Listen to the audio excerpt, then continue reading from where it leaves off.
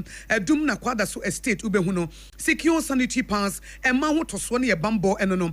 Homeopathy, a branch of medicine, I dear Juma, and you'll be an more than 17 years, and a Dr. Dubois, and the homeopathy free United Kingdom, EBP Ghana, Wabaye, na a memma, womu suffer from low sperm count, no, now Omojin Ayarasana, Abomo, no Omojin so Mubaya Mobo, no Munim say reproach ni embarrassment, ni shame, no, a better Omokonsa, and an endpoint homeopathy for homeopathy, so I'm low sperm count, they say a free system. It is how you Bama now call hospital. Maybe I wonder where you are warm, yes, or Banadi and Hucha, where you clean them on wono, and I'm come one, a woman so mono, a war for more bra. Niam for homeopathy, so Niam Pejano, Oba Wafa, Wafa Oba. It's a bamana, and young country, I will say, and let low spam counting when I was shut them, and I went to mean Kawasamunchirobia, Bra endpoint homeopathy clinic. Now 17 years in him, and Mamma low spam count in the free hall, now I law. Na aye high na akona ni akasa spam count wi de e wo soro pa wo mo ko endpoint ya yetim man kwamo ne timi kosoro na e ma ne kura pacho so wo ma me wododo adentia endpoint homeopathy clinic ama be ma no low spam count no aye high spam count if you low echo high spam count Bema we shut them 101.1 Bema ye wani wo Mr. Bra na yemfa homeopathy so na nkwamwa no emrasro say enye ohaw biem enye low sperm count to biem eye high sperm count high sperm count na say endpoint homeopathy clinic eno no na bra na premature ejaculation eno na o bema we de say Mr. 1 minute say bra ya bema Mr. 1 hour Mr. 1 hour, we are a crab pouch. Endpoint homeopathy clinic, I don't know. So, who Kumasia, Chronoma boy here, where your physiotherapy, where your massaging, infertility, prostate enlargement, say your stroke, say your kidney issues, say your liver issues, homeopathy, bet me Ade Akye, and as a one crier, spent a sequano so, baby, a friend was share signboard, and no busa, endpoint homeopathy clinic, Akwada crab bow, not what bow ye, Nasa Meka, and Kumasi, a Chronoma boy here, Fred Dr. Dubois, no pay, and one before free you, Kaba, a 0244. 867068 0244 867068 and a 027 423 4321 027 423 4321. Now an opinion is a delicious chocolate drink a Twisco energy food drink.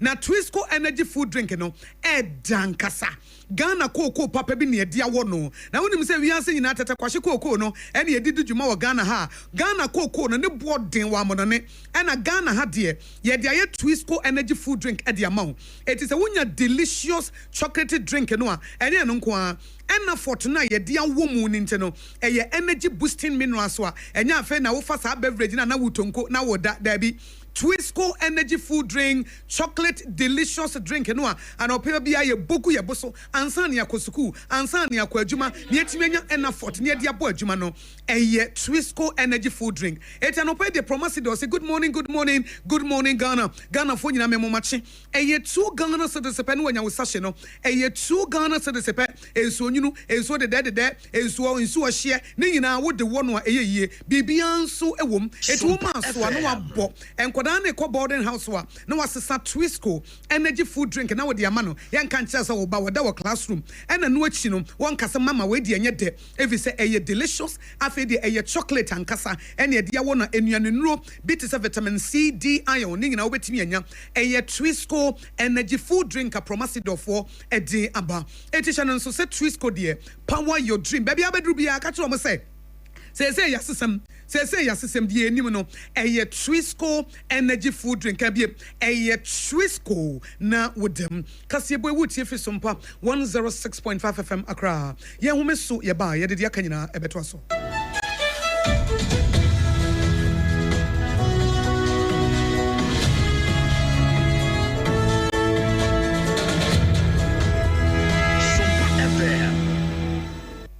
Endpoint Homeopathy Clinic. Ghana had the Obian himself a prostate. Na baby omutibi screening Emma Huni ye etuasia. Na a Endpoint Homeopathy Clinic. Anasa a kidney, a liver problem. Wofa baby and ajujo. Na dear friend premature ejaculation no. Bear maybe a one would offer quaquasia. As a wood dinner huagro. As a wood tonte. Any ebra Endpoint Homeopathy Clinic. Na yamuao. A man memma mo power. A Endpoint Homeopathy Clinic. Wamu de mufua. Yari bia infections been a woho. Anasa bia wonsha wofa baby na ajujo. Kidney problem, prostate dear. A Endpoint Homeopathy Clinic. Kumase ubehu Endpoint Homeopathy Clinic. Ewo konoma boy here. Ena akra hanso so dear. Womu jinemu ankasa. Ewo spinters baby. Friend share signboard no. Who do na ubusasa wope Endpoint Homeopathy Clinic. Wobia ebetro. For Endpoint ewo 0244 867068 and 0274234321. Endpoint Homeopathy Clinic. Womu demufua. Kweku, minim se why she. Me cry man nani. Now so ebony show one embasso. Manihon Sepeno. Ebony condoms comes in different flavors and available in all pharmacies, chemical shops, over-the-counter shops, and pubs. For bulk purchases, contact 055-230-0075. Ebony condoms, Ghana's most pleasurable condoms. Make it worth it. We got peppermint, strawberry, vanilla, chocolate. We got peppermint, strawberry, vanilla, chocolate. It only the view means a condom. The condom mulia then it's not on, but double support as a condom. Era, me pacho brana me sha de wo bagi. Bra, aden, enan so biem. Hey, time heba me sha ya me kan say yi ba kwin. Ani we yi me say. Bra, sanya time heba me sha esia gyimi ni me fie fo enya de abako ebeso yen. We de udi se ofa ni nyina. Time heba me sha me kasa me di one dance ya heaven ena de me kwa akopie. Enti se malaria we draw ne time heba mixture. Enye enunku o, de nanum ato a wontimi ani die no. Time heba mixture duro no ena ye ma wo. Oba a wa fa afuro de o ma akwada no fo. Ene akwada woni mfie dumienu entimi num aduro yi bi. Se obeto aduro yi bi anoma, hwe se wakọ hospital anase lab am ye hu se wo atridie malaria yi bi ansa. Se o petam heba mixture enu dudu atu a, fo ani kire KNG Herbal Center ewo Emrom Abidjan House. Ana ba ko so wo atonsu Monaco Junction. Eno echi obenya bi atowo over the counter medicine sellers. Any herbal shop dodo na emu. Pre 0244 417669. Kayo, set time no TIME. Time heba mixture. Afi malaria fever bi adani ziba ewo munu be tuako. FDA aji ejwadie nkratu yi atu. Na fa na moko. Yeko ye train wo garden ni. Na me pray ne. Mama, javelin. Oh sa. Na plate no so. Mama, plate. Discus. Yeah, training every say ya besa ya inkunim difo. Mo asemunim say, asa na mu bedi nkunim no. Mu hia hodin bebre. Say ye chocolate taste ni tun nchen a. Ene fota e what Swiss comunu kra energy boosting vitamins. Ni minerals a. E po nkunim difo. Mama, yeah, that's it. Me mo fire pomudi hu hear me. Twisco, power your dreams. FDA aji ejedi nkratso yatum.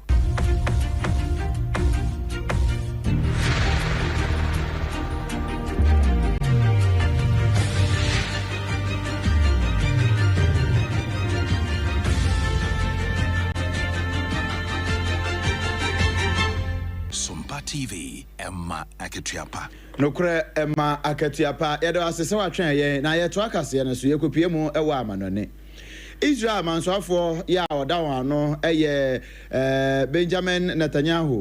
Na wode nsem atodwa e kire se ade ya ekoso pa wo one Australia entam titru pa ne Australia wo monso mansoafo ya odawan no Anthony Albanese wo montam no wo say in fact we didn't hear more papa ne say enrada one what say one who nipa baako ekọ Australia na wakọ akodi dwuma bi ewo ho ade a wo mu nyina akra plan ye so wakọ akodi dwuma bi ewo ho anche bia wate ya say onipa a wo kọ no mansoafo ya aka asisudia say ne visa ye ntwam enti wa mana ma Australia ho eno nam so ma wo che se saa yonkofa na da Israel any Australia ntam no se de tintontan wono watwam na nea Australia mansoafo aye no ebeye nse na ho de ama wiase nyina ma generation to generation wo nyina ehunu se na se wo na wo nyina no Australia fo ne wo nka eno nam so ema Israel nso wo nso atwitwa visas a Australia fo mpanimfo ede ba Israel nyina no wo atwam se ne ebeye nse na ho ede ama wo nyina Kasebo no si enseme de somo no pay dedi makotini bi and say Chief of Defence Staff Lieutenant General William Acheampong what dia to just say asrafo ni pamiensa wo mo efri mu no mampanyi edi wo mu dibra na so mo rank na kosoro eti ye de ho abasobo akoma wo mo abusuafo abato commission say Akwati Abia election no wono aye krado efiti ne omo sha say print ballot papers na biakoye district aban crash panyi no wo no abo Erikopon say o mampanyi His Excellency John Dramani Mahama fertilizers no de bra ne gu ho a won ton ni yenti sansema ne na monframa mu ne montum Office of the Special Prosecutor sama Cecilia Brother pa yan clan who enti ete sansem no a ebosire muka na Ministry of Foreign Affairs aso ye hwam no nsem so Ghana fo munya hweye agent fo mu so mu betimi abo mo manya nkrata sam no dodo na ya azan bebre na ye fake eti se wudi uti kwagide a wana wudi uti akwakwaje akirema Benjamin Netanyahu Israel mansoafo was say one ne counterpart here Australia Tinton time when you atwam Kasebo ifi Sompa 106.5 FM Accra no efa ye headquarters egu Kumase Sompa 93.1 FM Kumase wonso ya yiko 100.9 Paris France ya Adamfopa Radio Takwa Sompa Takwa de Sompa Techima Sompa Sunyana Sompa Nkranza Sompa Doma Sompa Mankesim ya Kingdom 106.1 FM Sompa FM Decoder Subenya ye Facebook page no Sompa 106.5 FM Accra and na YouTube ye Sompa FM live ye website ye www.sompaonline.com woko Google Play Store and iOS Store no so a ye wo ya app no wo ho Sompa Online na wa download ye app no Sompa ye wo Sompa Online eti wunya Sompa Online app no a na wo download e bre bia opese wunya ye bia wo benya ye programs akodo a ye de Sompa esom Ghana no na won so wonya ho mfaso ye da na KJC Company Limited ase adansi wunya manaka chine wo secure sanitary pass ma edrubosumia eno na edi tu kwan endpoint homeopathy a Dr. Duboaten efa homeopathy so ase yare promosido for Twisco energy food drink no wo mo ka ho ena kasebo edi mu ye ne de somo no pay me akosia ago aboaje wo betimi aframi akosia nhira me ne me adult child obrempona na kwaku ampoma ye de mo nyina ase Sompa 101.1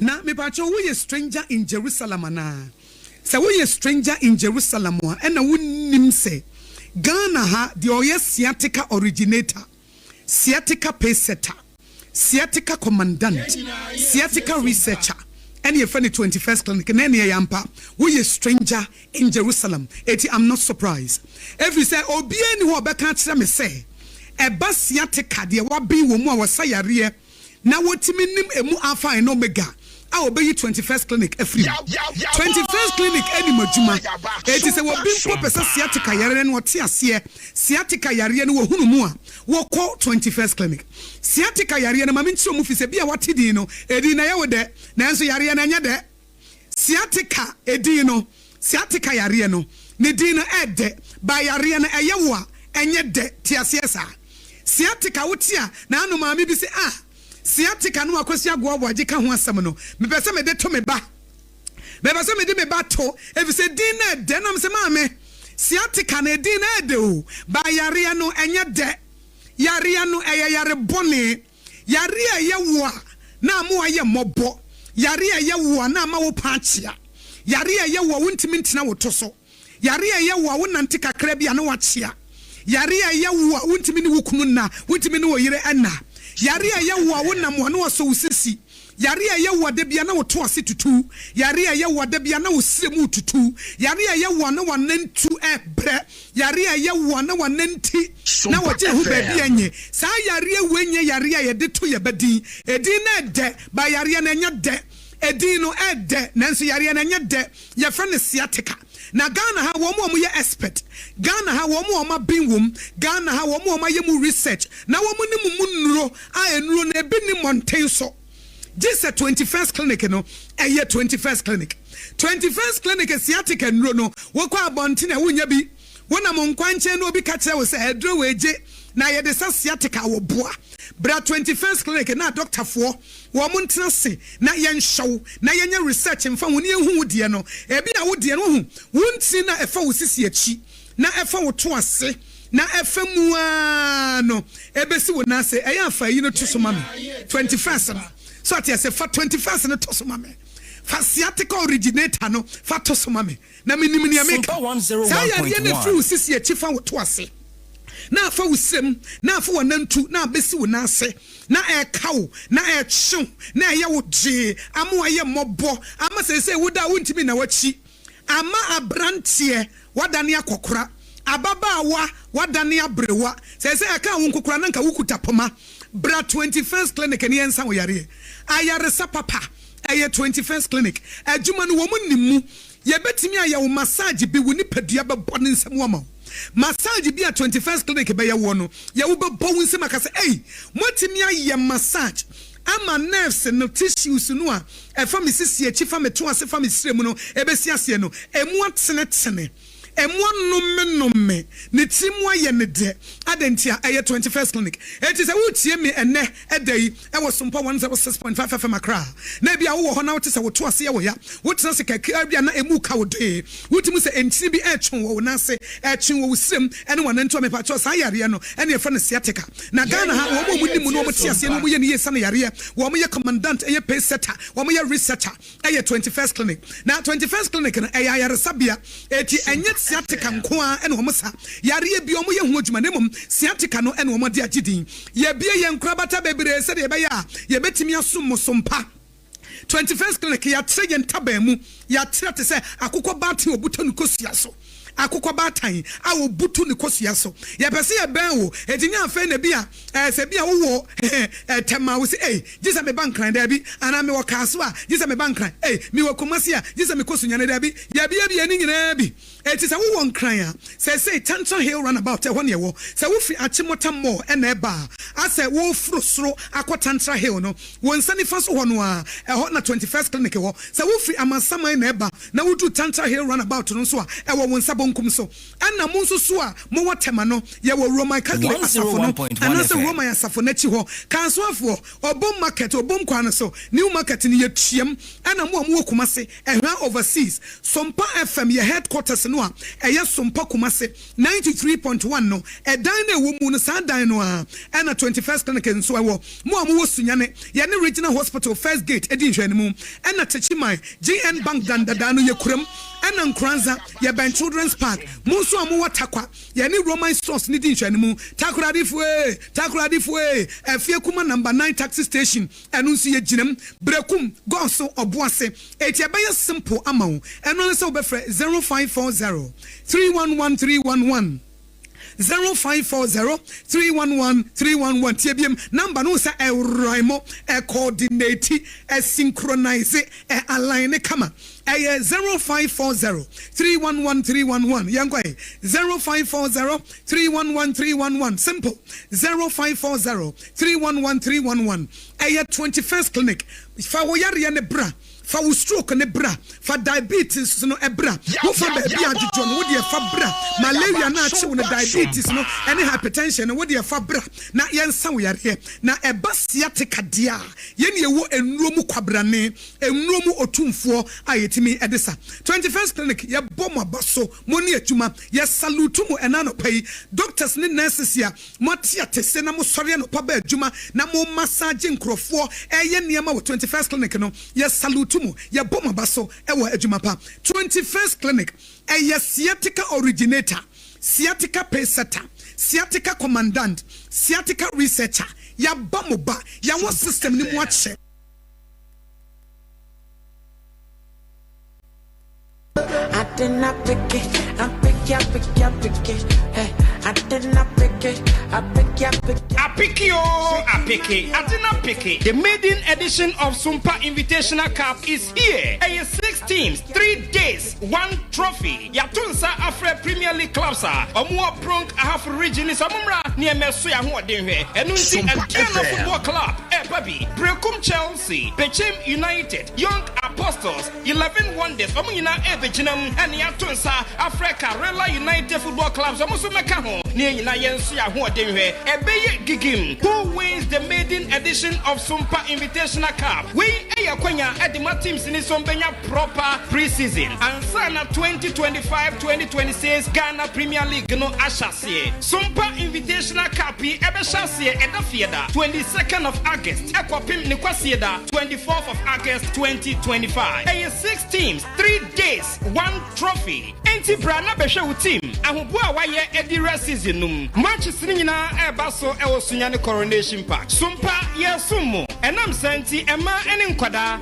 free. Enunti Sodofonsa Nemra Sunyane Coronation Park. Emma Sompa Invitational Cup EB. Sompa Invitational Cup Jagri Bakala Mining Limited. Lawson Eba. Betway. Get way more. Heavens Diagnostic Service. H-Lab. Ebwadi Agrochemicals. Yamfo. Any 21st clinic. The sciatica expert. And Ebwe Chidom. And Afensu powered by Bronk Ahafo Regional Football Association. And the Cabin Lounge Entertainment Headquarters. Sompa Invitational Cup 2025. Teams know what town.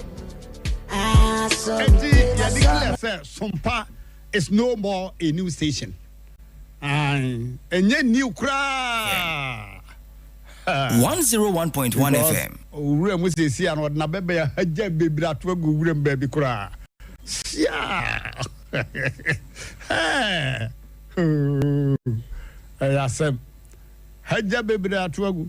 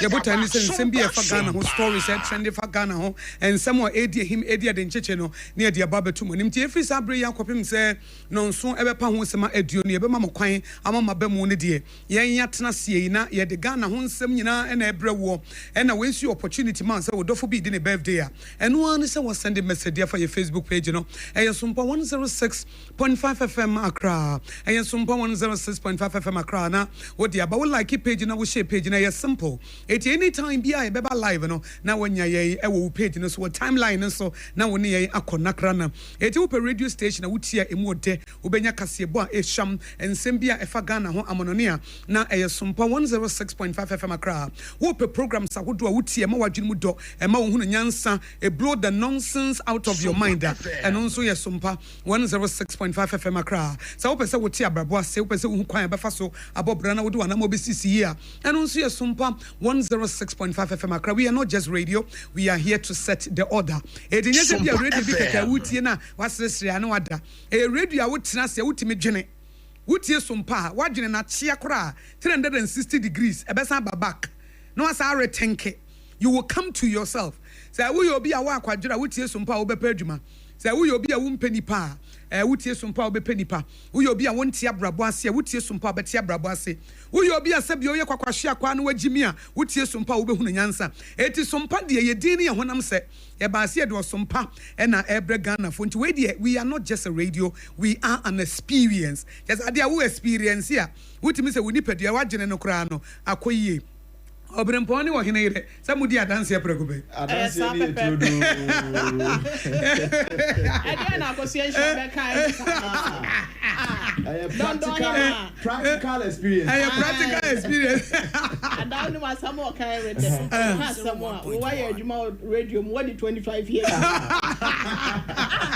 ma do na won mo wo bi na ha se no mo bi akwanda da be ama be chem ko wakoya na wa ne na wa fa baby afa eti me busa asem pacho radio adwuma no wonya 25 years experience how many experience 25 free years in the house no class so there obi wo wa wanyini so wan sha se ente ampa wo so aka and the be mo ebia no mko program bi no ofa ho no so metimi e motivate na di wura mu eti ni fie no kra de ye mfa nka te kuma udufo ya be jabo ana ofusim na ye young lady oh na me young lady ma hudi na e wo mu ma hudi de wo mu nitty-gritty to won to ka asem bia ye ana ohine ire nyame adom so ka ho ya dwuma no se wo ye na se nyame adom nka ho a efise ye adwuma wo ani wo ho ena ye adwuma wo ya ano enso da wo ho ena ye adwuma wo ya anya obia na bepe wasem ye adwuma wo ya anya obia na wo kasa bia de de ye adwuma wo ya anya obia na wo presentation kura wo pe it is nyame adom nka ho a one sha sometimes kwa negative voices no ebetimi ebu abem but wonnim ne wo ye wo nyame mu a wonnim ne wo ye e wo wankasa wonnim wo ho dada ena wonnim se life no Yesu Kristo kura no oba wiase a na wo no the Bible says he went about doing good no sayare no ono kura wonya atamfo na nya meni wo hene yire na nya meni wo brempon wonu mpo kura no a wo hene yire ono oba wanya bone da o wo ye bibia pepepe o wo hu so obi yare no asane yare wo hu so obi wu a na wonya ne no obi ani fra no wate nani onu kura nya atamfo onya opposition eti wona ho na wo nya opposition awu ni no na wo nya opposition onu kura nya bi ena papa na kai hum mama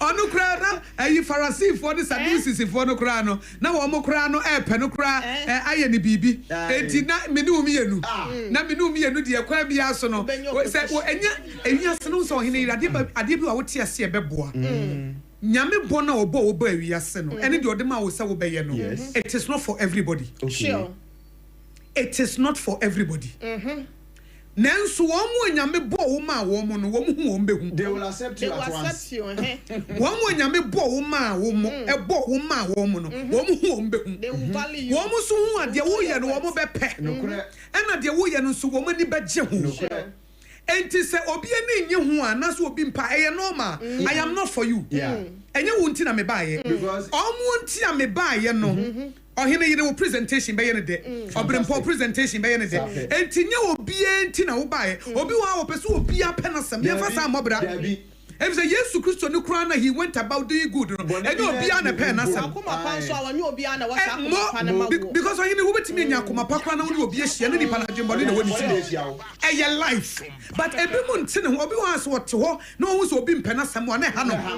wo say oh adente say me see ye makoma papa yi me de menyi no obi ho adwebode e de no obi gyi me ho adwebode this is what we call life when your friend abrabo no the fact is say wo gyi no obi ho adwen papa eno nche so obi aso be do the fact is say wo pe wo hia obi wo pe say wo ye nipa ne papa wo pe say sini ye wo adwen papa wo tirim no enche say nipa no wa ba wo life no so adwen papa wo ne tirim say yetiasie saa be boa ma esu bebrebe ne so bete ateti bebrebe ne so bete depression bebrebe ne so bete and also sometimes you know you are going all out to please people no so bete na wo ya ade kora wo mpe ahunsiesi a wo mpe betimi ade we hya wo so ade hya wo so ade nka wo mpe wo person nka wo kan no but a how say wo kan no a enye nipa ne de na wo koye so na wo homete at the end of the day wo nya blessing bi afrim eno na akanfo abebuo mu ma itire duo no na nchiche mu nsia na say emfa me nkase anase emfa hu me nkase mo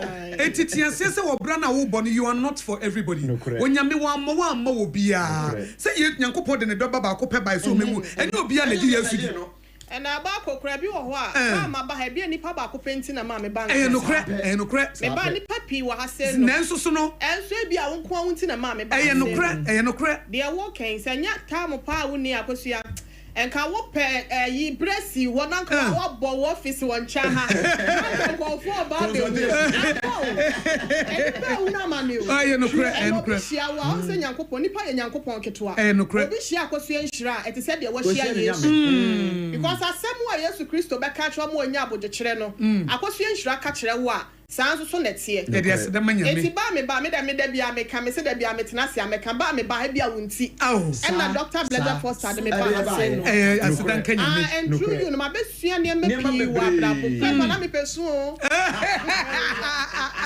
pesu o na me ya confession many a days many a me na say ne be se papa se me be onim nyansa so wa ji Droni amra ai bo mani ana me usu ai so ya chira se na oje ana se na me times kra me nye hwe me nye de metimi ai no na uko wani me lecture bi o se oba lecture ho ewie na nipa be yes oha egu ho a kra ne gu ho no chira de ni nyina ewie nipa ba akopete ase no cho so hwe no twa wa ye na juma enu ano no wa ye na juma so won de wa chira de awie the fact is say wo wa amfa no nche so wo no abon wa ye na juma nipa ba ko so atimi ate ase de enu ano no eti wontimi ko jira ba bi nka so ye bad lecturer na bia wo mpa disua bon no abon so eti say ye tia ase saa no e betimi aboa na ama yakoma to ye yem enipa ho ahomete ahohom fa nipa mu kasa so obi kura pese wo ba mu bu ochia wo otimi wo tu chiki bi ana wa kan se bi na se wo de ni nyina sai yetimi kura suma no ma na be ka chi ya yetimi suma no ai no kasa nya ready so be kasa ai wo wi owie no kotena se ana me ko a se be na me kan ya suma no enti mempene ana no disem na nsa pese and mo emfa wo to form na wa owura huturu de de den a me hia obi no kan sei nipa no ko kan wi wa to di ni fufu Ohine you what you did fufu me afa me sokola ka ebetimi afa ba bia wasada kure ya gro na usu ne wura kura fi bia na wo ha se nyina twincham da bi esa wo sere na e dia seda emanya mi tie na nso so yaba na yaba bedidwa na ye wie nso so a ye de trending stories no na ansa de ebedi dwa no obrempon trending story ebedi dwa ansa na ma me trending story ba ko ansa okay ye mfa no ma ye tiefo akwaba na ye wi ane ama wo mo ne ma papa de wo mo de betwitwi wo mo se esu a wo mo bedom aduane wo mo bedi na no pai de wo mo bedi ne owia hospital wo mo be ko wo mo nya malaria duro wo mo bedom kese Sompa Ghana today de wo nya tia wo be nya ni nyina bi ene so mebo 21st clinic I know I said Dr. Blazer Foster Besram. I know. No, you busy. I saw Besram. And no, all banners one grobia. I making a street in so. What about this one before Banna Jono? I used to go about this one before. Can't be a chum say, Namade. Was also called 21st clinic of Asra. Fantastic. One another more. Who says who read the book of Job? A Nako Pontina him on who's a bonsama bit. Now free never so. Men and Namwa.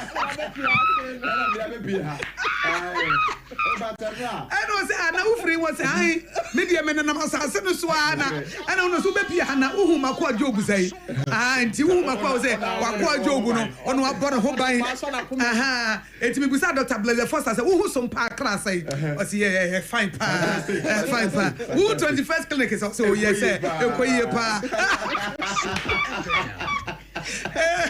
Oh yeah.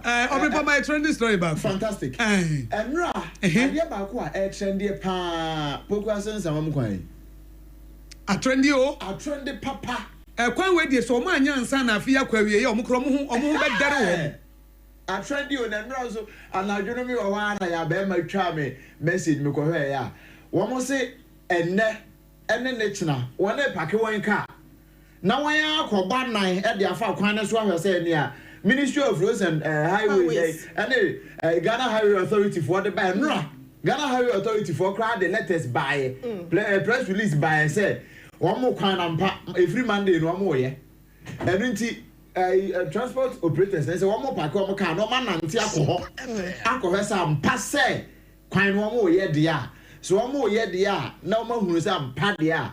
I'm planned strike no so do ko ahwe ya no ma gym na mom so am ko no mu say we dey say that akra de a emfa ho so am akɔhwe won be come strike no won be pack am car no my demonstration enti pokwa sense won ekwan no da number 1 on trending. Yeah. Oh, trendy. Pokwa sense won oh my baby ah ekwan nsuo topa asa de wugina apum oh anase tsunami amakuro bia da na ebutu omo te kwan so kwa adwuma no ho say woni private man bi de ya adwuma no oni abotire obi wedi because you betimi the traffic so be 2 hours and something na we ya ban adwuma kora no so kora de ene e bon kora one shot time say we tro bia 8:30 na wonu office ma me na kwam akora o sa te yi be se amasa man hwehwe e se ofiri kuma se ba omudru nsawa mo so mo fa inside ai kotoku enya ade a ebi wo ho mo fa main street main road no na wo te ho na wati mi afa to mo fa fa chiri wo be si nkwantia no na kwa akwanwan ba bi ono fa se e be plan the car no because ne do do na no mo kire se say wudu ba bi e ho ye ne dia wo namu adede na du dia ho nya no a na no ayi na nsan ne na me ne madam for driver ne because this is free and cry no concern ma this work of every fine no say je ho no dia I ho no dia dem ka ho no kra no ko for dia kwan ne say bi nye but e ye better sin adie no o concern mo nti o nkodru ko for dia ah ono nkodru ko for dia every one na fe wa wura mu wo ho na afa nsan mo kwan okay nti ama ankofo kwan e ten driver for no say one be park am car na kwa inspection this one na the road inspector omo he kwa na nsa no ma so say no Ghana Highway Authority the press release by say e kwa no ma shase ye contractor na ma ne kakra into won koye and wa konso into won so mo kwa akɔhwɛ say e yampa say yampa de say the omo pe no de a still one demonstration on be ye my media na yemfa yenni dwa kakra eya na yesi ni po bi ani ni lemu akwada obo nwa omo achechede no mako yampo ababa wa bia wanya mfinhie aduo no wakwa akwatwe mpene mu odin British akokora bia wanya 74 years amo makwa akotena mimmo ayini din but baby atena bia anase akwa se na bia ni gidie bia ko pa eno otimi ko twa short time no aba time bia pa bia na omo ko no omo basa na ebun kam so o mema fa na nyina nso omo ko ho na se papa no during sexual intercourse no 74-year-old man British wafamawu ama ababa wa na wanya mfinhia aduo no ye kase no an court no etwa e de aba ne se won konkoda afiase wo ye interior decorator ye friend no Miss Agbomeji Pearl Agbomeji and say ye kase de 74-year-old British national dies during sex at Dodrodo ewo East Legon na oba no a omode ne court de ne tum no obrempo ase kire ne say obi no obi akɔhyɛ dem na ɔmo ɛkɔsɛpɛ wɔn ho na ɛkɔ wiase bɛrima no afiri mu a ɔbaa no de wɔyɛ de n'enya asɛm enumere sɛ ma lawyer boa yɛn until say ɛbɛyɛ forensic audit anaasɛ forensic ankasa nhwemu bɛkɔ so ɛbɛhu sɛ ebia baa na anyɛ ne hwee physically anaasɛ wanyɛ ne bibia elidi to ni wo no because abayewa no yɛ very young ɛna papa no was 70 say 74 na de 74 according to prosecutor no mako wɔkyerɛ sɛ bɛrima na wafiri mu no your friend John Scott Hughes okay ɛna o invite ababaawa no Miss Bell no sɛ onhyia no ɛwɔ American House okay na no ɛna ɔmo kɔ hɔ no na uba ankoduru hɔ no yɛ so ɔmo ma na ɛyɛ ɛfa baabi sɛ yɛ ababaawa no na suggest sɛ American House hɔ no wɔn nkɔ hɔ na ɔmo nkɔ bia na ɔmo kɔ yɛ no anaasɛ bia no wadwene bi tɛkyire na ɛna sɛ ɛyɛ ɔmo hookups ni bia na we said ɔno ne na we dey a girlfriend ankasa na me ka sɛ wɔn hookups no a obi timi frɛ obi no wɔhyia no wɔ baabi onim no wɔ baabi a wɔn yɛ wɔn abrabɔ fia na obi apɛ ne baabi afa na me ka sɛ bia eti we dey papa 74 when you know because bema di nkasa age no ejanka retirement age mu na wo yi nanka awoda wakentem na wabrewa na emehwe wabrewa bi da wo nkyɛn wo miamia na wo sɔre a na me kan nya sɛ nyankopɔ wo yɛ nyansafo onyame nim sɛ time wo yɛ young no nti no say the wife of your youth wo yɛ young enti oba oyere nso yɛ youth enti mu nyina babu no wo say enjoy no wo enjoy no a na afɛ wo dru gray hair no a saa abre no na oba no so take care of you no adane no amoa free hospital ba no amoa aduranom na waye aduane amodi na ne hyɛ hɔ enti no sɛ wo no at that age no a wo bi a 74 na sɛ 80 no na wo sɛ kofa abayo a ɔwɔ abayo no ne energy any the strength na ekuta no any the kind of satisfaction na wo pɛ no wo saa bre no wo odi no ntimi eti wo hwɛ na mema de bi fa nuro afro no wo fa we eti enuro ne bi ko nansem wo sɛ ɔhene bi nso wu yɛ sɛ makaya ɔhene bi nso saa ɔhene bi ɔno yɛ kwa no ɔhene mo na ntoma na gu hɔ yi can you imagine eti sɛ wo yɛ panyin na so wo bɛyɛ nkwada asɛm a sɛ wo yɛ panyin na so bɛyɛ nkwada asɛm a nkwada asɛm na bɛto wo enim guase na bɛto so wo yɛ panyin na so bɛyɛ nkwada Samoa eyenim go se na beto imagine say ohimpon sei na yire ni monyamfo ne ma eni monyamfo no mo te se wo mo papa akwaku wo hotel room ti asemo obrepo asem na meka nem se monyamu the intensity of it ohinepon a wo ye paramount chief na owo ma wo manyire bi wo America bi wo ha bi wo ha ebi nso wo UK ebi akọ school ebi akonwa wo te so na afa ye tie ye ne se ohine ne mpna baiwa bi a wo ye 22 years akoda bi ne mani bi ene na kɔhye hotel room am wan fa nuro am emu no wawu na eda news na eda newspapers mu wo newspapers mu na wo social media na ohine pɔnyini da hɔ a wɔte adwam na ne ma animonyamfo ne yire animonyamfo hye we ya animguase a wo de abele wo de agya wo mu a wo de wo ombekasa na daddy ombekasa daddy shawo man ya wodi wo mo so watra nkonwa no mo ye adwuma wako fa 22-year-old girl wo no ko 80 years wo pese wo impress na wo betimi impress 22-year-old girl wo 80-year-old man wo betimi impress 22-year-old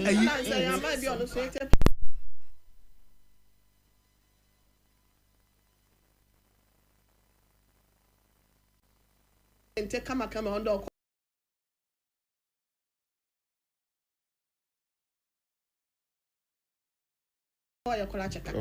now where I say man no mo din kan share that pornographic movie ni bi e wo mo ayi so screen so o mo ye na say o mo edu ma no pornographic ayi mo share pornographic movie ansa na o mo de share so papa na during it no o mu no ye unconscious eno anu no ko monitor from eno anu no we unim nyansanzi nyame wo hyehyɛ bibia pepe why enjoy who bia from your youth retirement age ya wo bra wa bre wo sika bedina wo na vacation na wo yire na ma na uma na ma na nka wo nana no matwa ho ahia na wo bɔ mpae ma na wo ye nyame adwuma na bia wo kɔ evangel na wo kɔ sasa yarefo no wo dia wo se wo de beto atopa ekɔ wi ase no na wo kɔ wo dia ko de kɔ akɔhia mɔkye Yesu Kristo akɔ mesrawo azama hene yire kan baako bi nso asan be pie ha eno so ebiem ono de oba no ne married boyfriend edem no akɔwu ada Obana ware. Obana ware. Bema no so aware. Ena bema no so aware he. Ena obana ko bema ne ho, ena wakowu ho. Obana ne wu ya na bema ne wu. Obana ko wu ada bema ne dem. Bema no so ne yire tie no. Na then na married wife no wo call wa ne bema na nko ba bia se ni fie. Ada na ne yire tukwan ya na. Ho no ope. Ena no bema na ne wo Ghana. Okọ ena ba na kwasra. Hotel a ye beche no. Enti ene o mu kɔ fie. Brefie. Anti wa kɔ fie. Obana ko bema na. Ena obana kwa kɔ wu ada ho. Wonim say me story bi we yemfanya disua da chemim say mo brasem. Ye be discuss bibi etisa. Lady bi no free wa kɔ law school. Ewo US ewie. Ena wo ba Ghana no. Ono ne maame no mo ye obi a omo ye decent, omo tete eyi wo ba Ghana. Na oba no ankra wo mo. Say opeso obehye ne boyfriend ho kakra. Eti ko hye ne boyfriend ho be ye 2 weeks no gi na ni wi a. Na wa friend the parents aka tell me say me ba Ghana. Oba boy no ho be hye ne ho no 1 week on the boy no ma to street ene ye adako on the boy no have sex wi ya no wuye. Dear. Boy ne da wi ya na ga no wuye. Ne maame ne papa nso nim so wo Ghana. Ne maame ne papa nim so wo Ghana. Young girl akọ school obuba onim se oka kye ne maame mo se okọhye boy ne nche o mo mpene nti no o se da ka kye o mo se o menya mai me mo ntwem ba wa ye na je se nko obehye boy ne wa be 2 weeks no ma chini agi o mani a owi ananka wa friend parents se bia china na meba afedi e ko wi ase wa behye boy ne nche 1 week boy o mo ye di o mo be ye wi ya de chi again na wu ada no so asem ohina ire asem no kura asem na make be da mani ene wu ada o ye di ne picture kire me say what wo na boy no oye dey me say boy afa no kobo the parents apa e kwa be so mo free US be pie wo dey oba ko gina ho awia o de be kom obro wasa na we yase na yire no kora no blo ni ne yire na sa de ababa wa ne court enti ene ye be ka ho asem na wo tena se a me say ensem osisi o oyire mami nko 21st clinic wati na mi wi ana mi fi 21st clinic ya na afei wa mame bibia twitwi mesi ni ate Ghana fo amutie mi munyina mu nim se 21st clinic de ye friend sciatica originator sciatica pace setter, the chosen one, the anointed one. Ye ka se the anointed one na the epa ne se the nyame asra ne ngo so o meye bibi ene ye ka se the chosen one na the ono wadan so a obi antesa no enti se eba sciatica yare no a the chosen one, the anointed one, ye from the 21st clinic. Womo ma kanyina no they are fading away. Womo ma kanyina na boa bia epeso odore stradia eya wosua preku. Womo nyina peso wo musua 21st clinic na nso womo pre no mo tare a no womo awai. Etire mi busa mo say woto ase abra bomu tesai. Wo sire etesai wanantu ene wananti nso etesai. Nansen wontimi hya he oni biemo ho. Nansen wontimi hya slippers ni biemo ho. Nansen wontimi hya shoe ni biemo ho. Na nkakra chini a wokọ office bank manager na wa hya slippers adan a wo si wananti no emututu wo hya shoe a na emia nyamia na emia wo nerves na efa wo sisi achi no a efa wo to ase na fa wo srem na fa wo nanse ne kopie wananti ne ho no emu aye mre wo yare na ye frɛ ne sciatica bra 21st clinic na yemfa massage papa so bra 21st clinic na doctor for mu ni madwuma bra 21st clinic na a nurse fo a wo mu ye adwuma a wo mu ye ne yie na wonim se nkrofo bi wo mu kɔ hospital wo mu se sister akosua me kɔ hospital bi a nurse fo ni mfime wo mu nyina wo mu phone so ene wo mu kɔ TikTok hwɛ wontimi nya sabo 21st clinic wo 21st clinic say wo ye nurse ni na wo ye adwuma ne hu se ukuta phone ye be yi wadi I'm telling you ye ne ye patience ho agro ye ne ye patience ho agro enti utimi kɔ hospital bi na nurse ni wa relax te ho na wa ma ne phone so na wo TikTok na wo chicha pictures na wo ko Instagram na wo ne nam Facebook na wo hwehwɛ bloggers na wo sesere sa wo ye adwuma wo 21st clinic na wo ye nurse ni na sa wo ye doctor ni ye ba na ukuta wo phone na ye yi wadi at once immediately by force adentia ye dwene ye patience ho ye be se wo dru clinic ho a wonya service bi a wo pɛ na me ma waso te se 21st clinic no enye sciatica nkwa na o msawo eye ayaresa bia wo maboma edimu eti say hypertension say diabetes say eye stroke anasa yare be wo de fabra na ye moawo malaria yare bia e wo famu wo nipadiem eye nipadua ne na yare dia fabra 21st clinic say ye nipadua no and a refri uti besi unase. Apart from say, ye sciatica commandant and researcher, near the anointed one, the chosen one, no, ya rebians, yes, if say a full clinic. And to be confirmed, I will say, Menko Hospital, the Jojo, Menko Hospital, and nurse for baby buonichi. Menko Hospital, would do one woman and tenant also. Menko Hospital, would the house will be unfound. Menko Hospital, doctor, now and then a girlfriend at her office. Now we're moving common patients, ego. Doctor who was her office, now and a girlfriend at the office, no moving common, now patients go chile. Now we're moving your money, 21st clinic and some nonsense and who be your 21st clinic. Some nonsense and who be your. It is a whoop hospital, who be feeling benze. Whoop hospital, who be feeling empire here we are. A 21st clinic. 21st clinic, dear, ye knew who grow. Now, I said that a be a branches, no, I won't crabata baby, a ben, well, bet me a juma. Now, no, ya relocation, repositioning, rebranding. Yabatantra here runabout. Tantra here runabout. Tantra here runabout. So we free Achimota more. Now we bar so now we fro bepono. Now we tantra here. We send it for so far. We be say a signboard case yes you. Ya troso 21st clinic. The sciatica expert.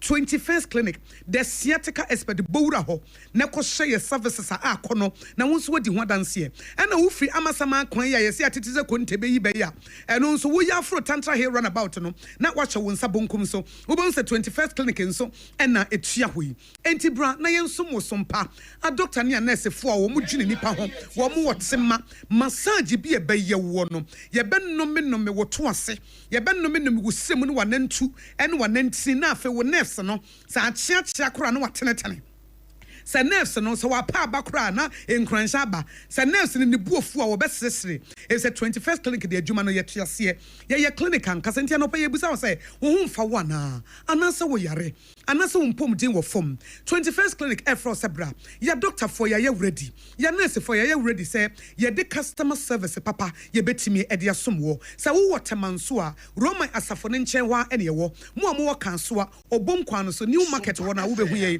sa wo kumase so ehwan overseas Sompa FM ye headquarters no sandan no emu na 21st clinic ewo mo sunyane ye ne regional hospital first gate ene din hwani mu na techiman so OGN bank dan mu ene ye wo adehia mo won kranza ye ben children's park mense wonom ene wo mo mikrun kranza na ofiri eti mense wonom mo so mo nkwa ba bi ye ben children's park na ye ben ho mo takwa ye ne Roman stores no edin hwani mu na Tarkwa de afie kuma number 9 taxi station no ho na behu ye brekum yenie ghost yenie oboase ye mpese wo betwa kwan ache eno nti ya ben wo pona no eye 21st clinic eye sciatica expert eye 21st clinic eye customer service eye je eye 21st clinic eye timi esum ye eye 21st clinic adwuma no ye tiase eye 21st clinic wodi woni padua ebreyen a ye bayi ni yi ama wo ansan wapie ni ya ye wo massage bi ya ye physiotherapy bi ni ama wo nuro bi ye nuro no wonya bi wa bonten gisa clinic ho a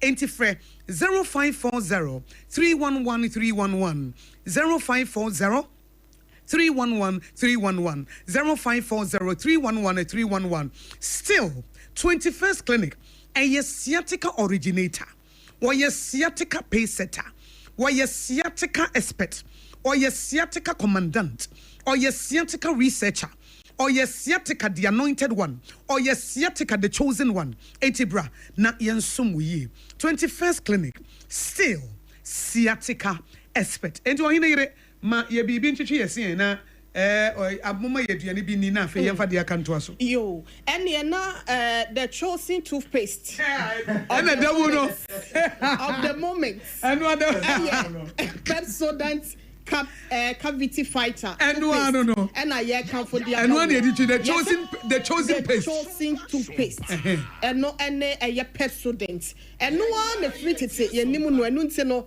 ya se ene ayaresafo na doso na so no se wo pe obi oyo okuni pa dia na 21st clinic dia na ye kan for Pepsodent so dia ma wo se and na apostle na doso na so no se wo pe dia betimi atwi wo se na pa wo se wosi asen jemple wosi asen kawa greenwish ne yellowish jemple ahodo ya agye wosi ase aboso no eye Pepsodent ene betimi eyi ede ama wo wonu mu nkabo ne mesro obi wo ho kasa obehu so obi ade ne nsa ezisi ne hwene asa ye konkwan ye tirimu asa bi wo ho ye ani ato nche untimi nsere badwam untimi nkasa ewo wafo mu mesro Pepsodent no ye kanfo de ama we eye abusue nyina nchemfa esa ne kese ni nteno family one kura de ya na me pepa na afen so no eja kwa park no eno so ewo ho ye wasahye one ketwa wo sane e wusika setie bia no wo benya wo so ne wo de Pepsodent ema wo senya kekra ewo num enesa wo situ na wo kwesi ane bone den no etimpatwa denti na wo tena se edi toothpaste biala bi akwa akotwetwe wo se na wo se no ase no adwoho na be wie che ne yesi e kwa akotu ba se be ha adwen wadua ne die no nam wie kora no enkoye me ma me kasa nkwa eche na Pepsodent wo se be ya wo se hu nsem be koye enti no wa hye dey dentist e de asi wo se ubetimi afre na bibia wo pe we to free wo frɛ na ya new sika mame fa aba no entu dwansa ansa na obekɔ store BM shop BM mo BM no na wakɔhwehwɛ eye Pepsodent akira kwan no dentist call to toll free no number no eye 0800 161 000 0800 161 000 mpacho ubetimi afre Pepsodent de enoa no every smiles matter obrempon we say womlan sane yakọ agye aho a ma yanum nsuo nwie ye twi asia wie de ne yanum nsuo wie na ya pe breakfast bi aguso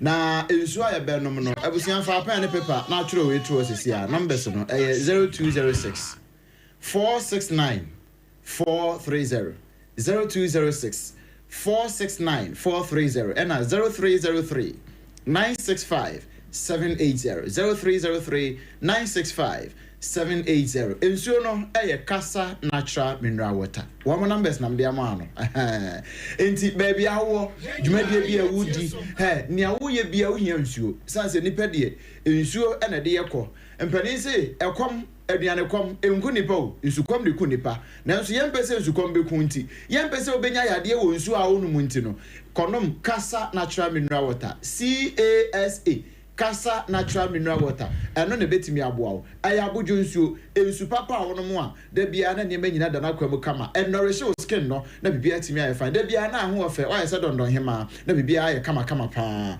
compare kasa natural mineral water nom ne beboa wo pa Casaloma Ventures wono ne de ba ye wo numbers nam de ama wonwo enkran ya Taifa back hospital actually hard wo de butuo sanje numbers ne bio 0206 469 430 0206 469 430 and 0303 965 780 Kasa natural mineral water in supapa eno no abujunsuo afa wu ye ne sa no a ye ni kan twa twisco ansa anopai de wie mo ye nyunyu enti je twisco ni bi sesi a we no eye chocolate food drink delicious chocolate food drink sani da ya na meka no se aponkyerene wanto nsuhie mu anko nim se nsuo mu gu ahodo nanka ye ya yira nanso ye hunu kwantempon na se yenso ye kyerɛwo na abafa kwantempon no so bi na bibia ya fine promasido of other romantic o ma me hu kwantempon no chocolate drink a wono mu a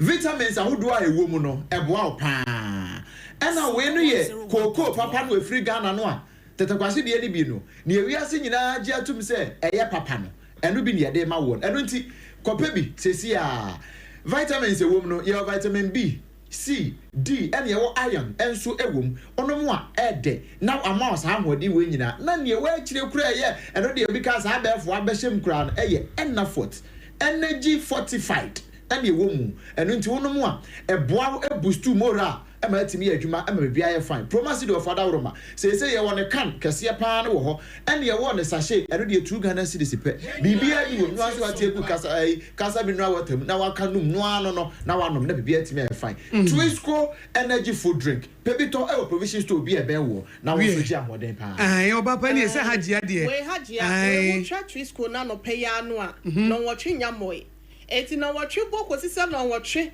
ekọ ne mpam mu wia ho no na bia wo pefufuo ni abankwa bi de atwa wanum o anase bia ni dia ya o anase bia o pe wachi bia dia anase jollof bia na eno hajia na wo na asere no say me promise me ko hajia esa ho nam ka se ne ude na ye wo ne ye de be e be ko na wia o asa me am de na wia because we kuada na minim say kuada ye wa woda ya me ye de situ e ye born day timi e ya ye 6 and the next week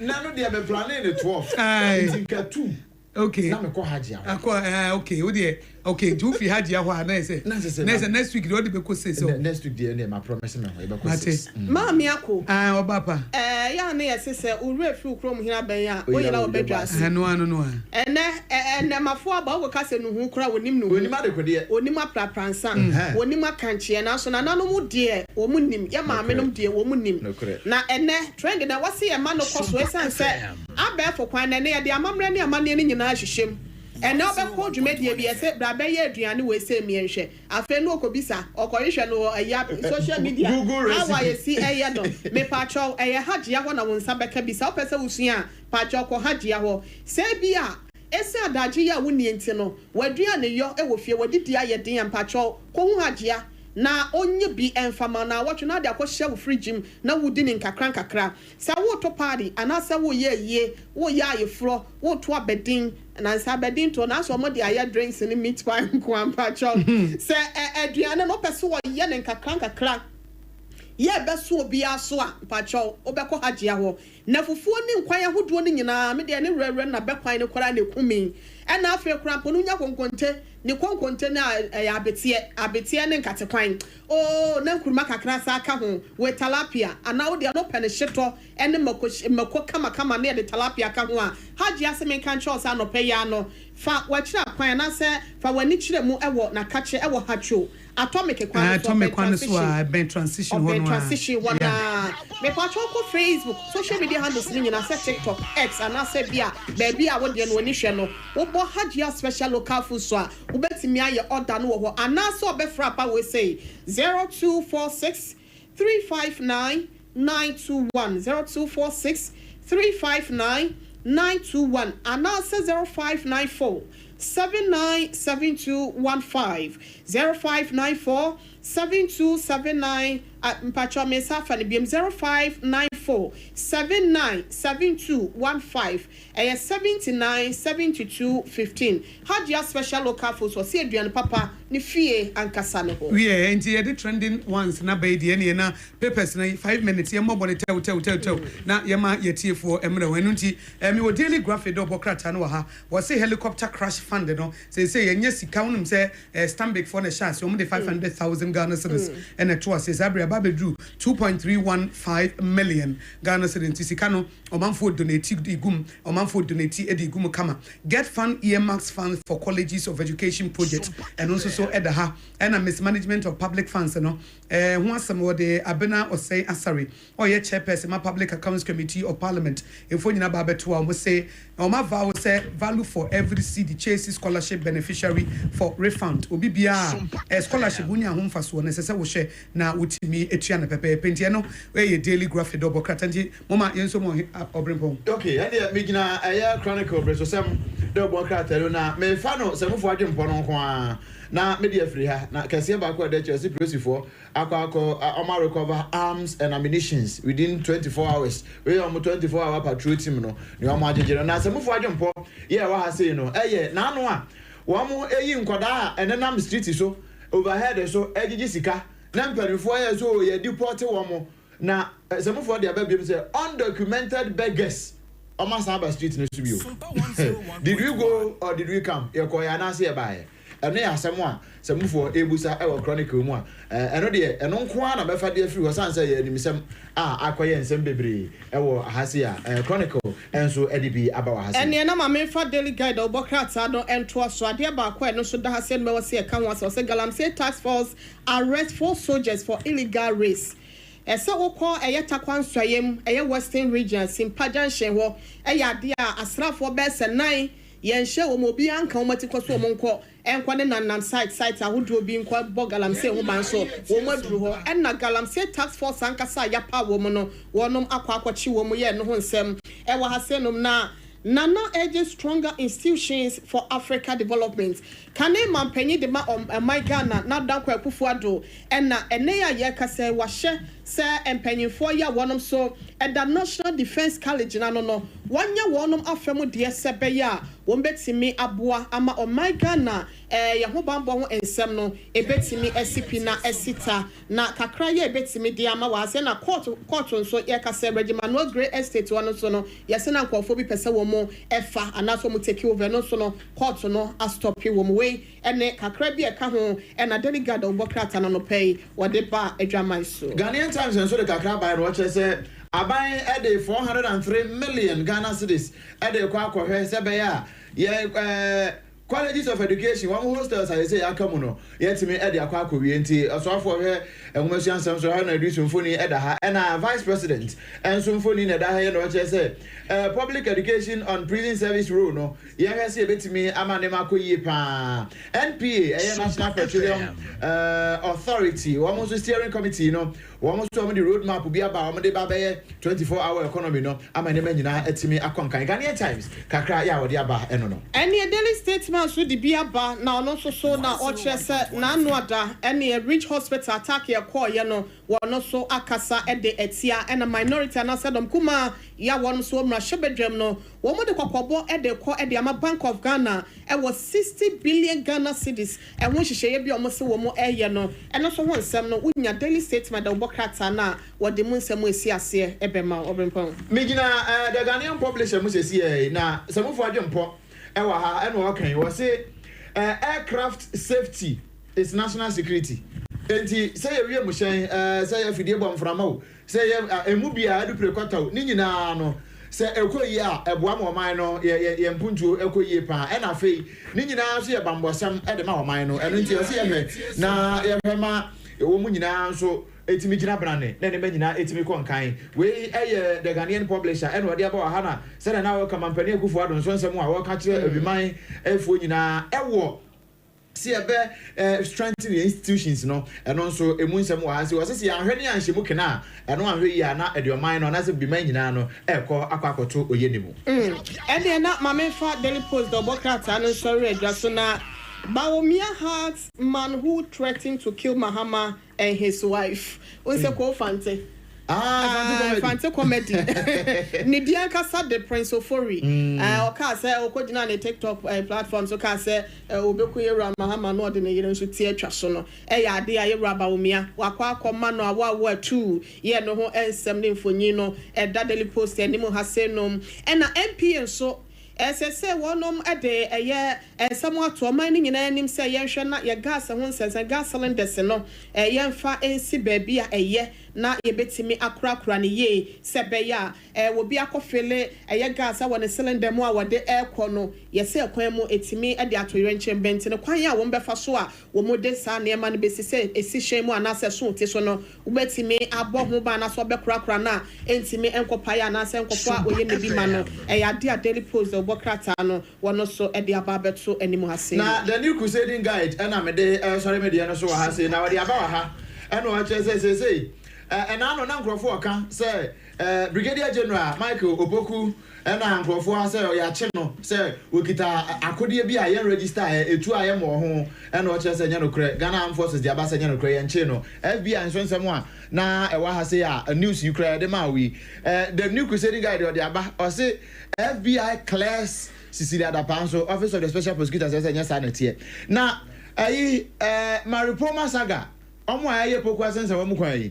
Yes, one more site there. Now, so a month for us, we are ferry, Dada Kra, Nyadi, we are the new crusading guy, you're not so the back of Cranon. Obrim Pombe dance 02601 Sompa 101.1.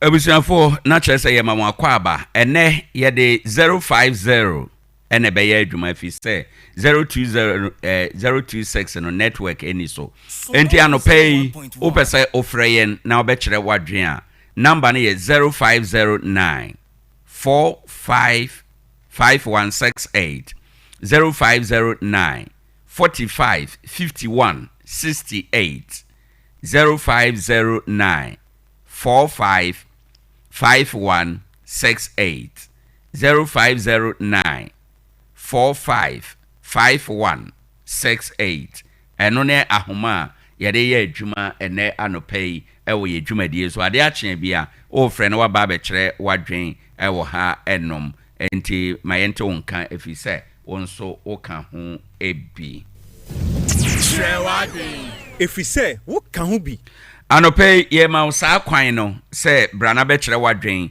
ɛfiri sɛ wo nso woka ho ebi ɛna yɛde dwumadie no ma yɛabobɔ nkrataa no so ɛna yɛabobɔ ɛyɛ nsɛm a ɛtrende sɛdeɛ ɔkaeɛ no poku ase kwan no deɛ naano yɛi sɛdeɛ hɔ si ayɛ pakyaa no ɛha adwen yɛsɛ wɔn nhwɛ nyɛ ho adeɛ ɛna yɛakye sogyafoɔ ɛwɔ simpa ɛyɛ anɔpɛ yɛbɛdi mu nkɔmmɔ wɔn nam sɛ wɔn yɛ national security for nso saa wɔn boa. Hello, good morning. Good morning, my brother. Nyame adom James Kofi ma yɛntie wa anɔpɛ anɔpɛ deɛ mekyia na madawasi. Right. Na madam no yɛ. Nyame adom ne wɔyɛ paa. O madam deɛ mepɛ n'asɛm o sɛ nipa yɛ adwuma na ɔgyina tenten sɛ wɔn ntena ase. Imate. Yo. Na anɔpɛ deɛ yɛbɛda wasi bi wo na. On sɛ ɛna ɔmo kan sɛ takwa yɛbɛyɛ equation na amaso. Aine. Na minim sɛ ɔmo de apologize aba. Bepem sabre deɛ krata bi anya ma yɛ pono yi so. Bi ama sɛ ɔmo pa ɔma na kyɛw. Ɛnyɛ fi.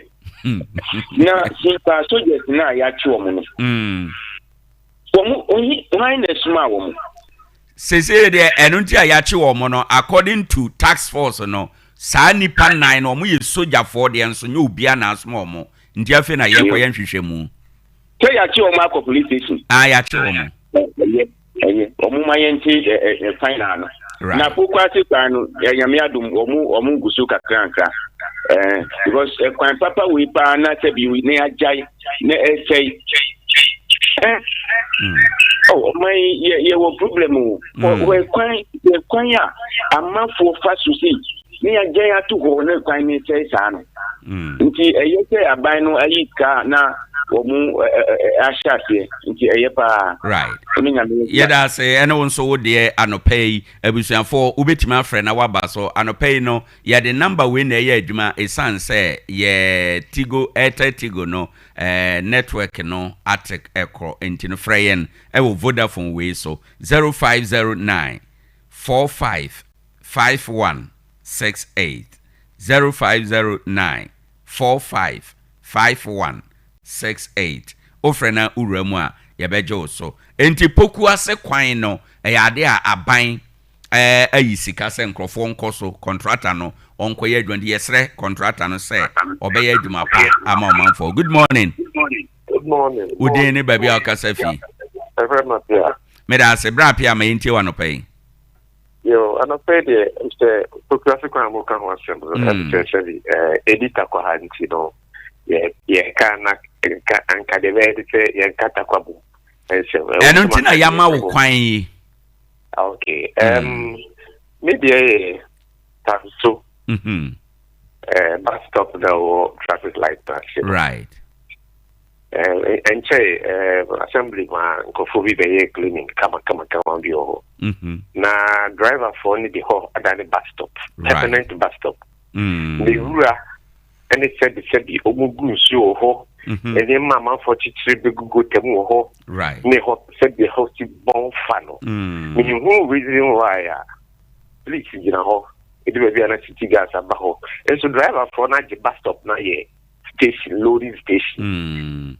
This is the Omukaso we are congestion, no map postpone. Right. It will be several say a whole no kakran. It's your to mean two driver phone in flu. Okay. It will be an hour original crowd peka crano. This will be like a so because of my G. Honey alpha. Nina, Bosso Bebana or van, sprinter, cars bear 5-6. The whole permanently will load. That's every car. Me who I am. To mean station nipa and have permanently. No more say that enough. A few. Right. I'm about to play. Why is she? And so I'm cleaning up my wife. I say, oh, my son, that time go telling me that time. Let's say. Okay. Yeah, that's it, baby. Womo mpanifo a ɛyɛ wasade ɛbɛhwɛ atu ho anamon 0509 455168 0509 455168 ɛno nso obɛfrɛ na waba dwumadie no so na waba abɛkyerɛ wadwen ɛwɔ nkɔmɔ a yɛdie so adeɛ akye bia adeɛ bi akye a emu nsɛm no ɛna yɛma wo kwan na nso oba na waba abɛka bi. Hello, good morning. Udeni baby o kasefi. Driver, my entie wa no pay. Yo, before chebe you Korana from Massachusetts, but do I have a car criminal? I'm with Jimmy Taffa car coming work from and some more dorsey. They're from a chombo and I, yes, one. I'm going to more dorsey the door. Aye, yeah, one chow. Aye, yeah, that's it. Yamin shra, you bet 2 1 more. In fact, say yes, sir. Decongestion no maswa nanka sa decongestion ka sa afọ nyina ka ho ka wo bepam wo nyina afiri ho and unfortunately decongestion no anya maso nti minim say any new date bia wo de be hye bia no wo ya ebeka wo mo. Hello, good morning. Good morning, Bome. Nyame adom udeni ba bia okasafi. Oh, that's one Casafi Cortes. Meda say my enti wa no pay. The team newspaper review. Mom sir, or no could be Mama Acheampong. And then they are no. Baumyako Hagio. Abrante back on come on or after Muyi no free a police you know or Cocochiano and or no HR picture no. So when we send a year, pay for no much. Put NDC and NPP. The leaders, you know, there is a problem with them. I dare in this NPP back on them, you know. The same thing NPP pay. No, on one for so. NPP Sukoya, no more condemn. NPP Sukoya and NDC are condemned. To that two leaders, you know, they have a problem.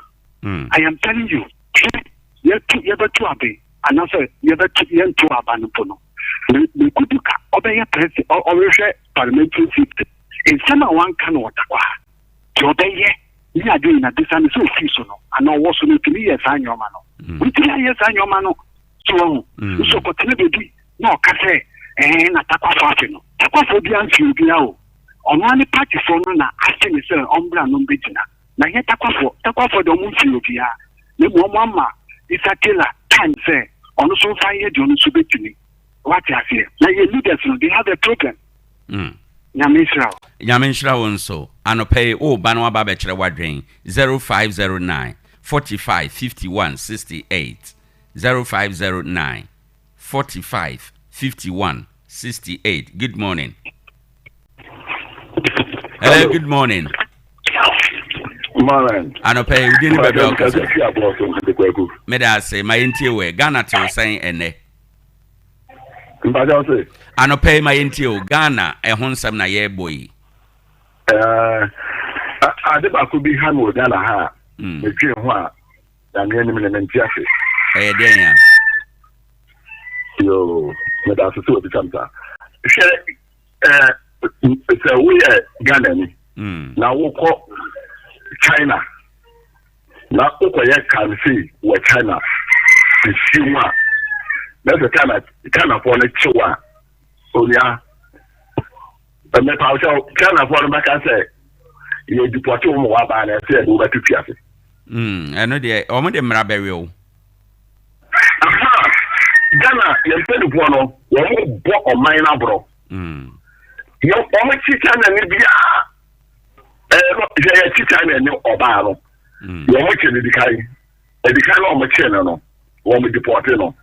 Osamba bi Osamba bi na ya so de na wa ye no. Nti so ya so de na se de no. E you just na se e ono de Aisha ho ade da so wa fi ase.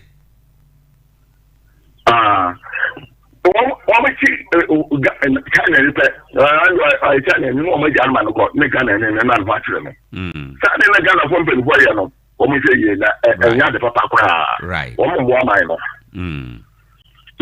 Yan so yeda ase bebre abusuafo yegusu a yɛde ensɛm no ɛma yɛgye wadwenkyerɛ anɔpɛ Ghana maimu nsɛm ahodo a asisie deɛ fa galamsey ho deɛ fa yasetena ho ade bia na yie opɛ sɛ yɛkora no ne nyinaa aha na wonya bere na woka. Good morning. Hello, good morning. Yeah, good morning. Udin ni baby a wokasa fi. From Koyom Kasafi New Side. Me da say, bra kwadwo ma enti wanopai. I pay the boko. Number person bi say New Side ya train chwechi no. Ya kwan no da ben number because ya bre obi yare we inside and ajo. This say you na the trap bridge. Dan she come for the yare ho. Nti e pese bi sa. Okay. Regional kwan number kwan ma fa so my na ye hu de be. Ya da say. Ye be bisa ho asem e wo subsequent program nyame nhyira wo. Abusafo onso betimi afre na wabaso 0509 455168 0509 455168 eno ne number ye de ye adwuma anopai. Good morning. Hello, good morning, Papa. Udeni baby okasafi. Bache femi ase me kasefi tam sestit. Me da se nyame nhyira wo obapa me enti wanopai. Me patrone pe me sumase me say. Those people now omokase sa nkwa na omusresri skano. My dear brother, they came with their parents. I would use omuda railway station home uncompleted building there nipa na or the yes stores. Asiana na woman ne ku. And that 3 days ni came more na stores run anything. What close in our woman ya bedding down to say, "Oh, my no, they need help." In fact, ye na ya wo Western Hana ye wo go ye wo we. Na no penny for any amendment penny for ye wo ye papa isatela no mi na wa. Nti omba we nsem for wo asetena na mu nye a wo mo pese wo mo embo wo ma asetena wa no. Entam na na mo ne. Hello.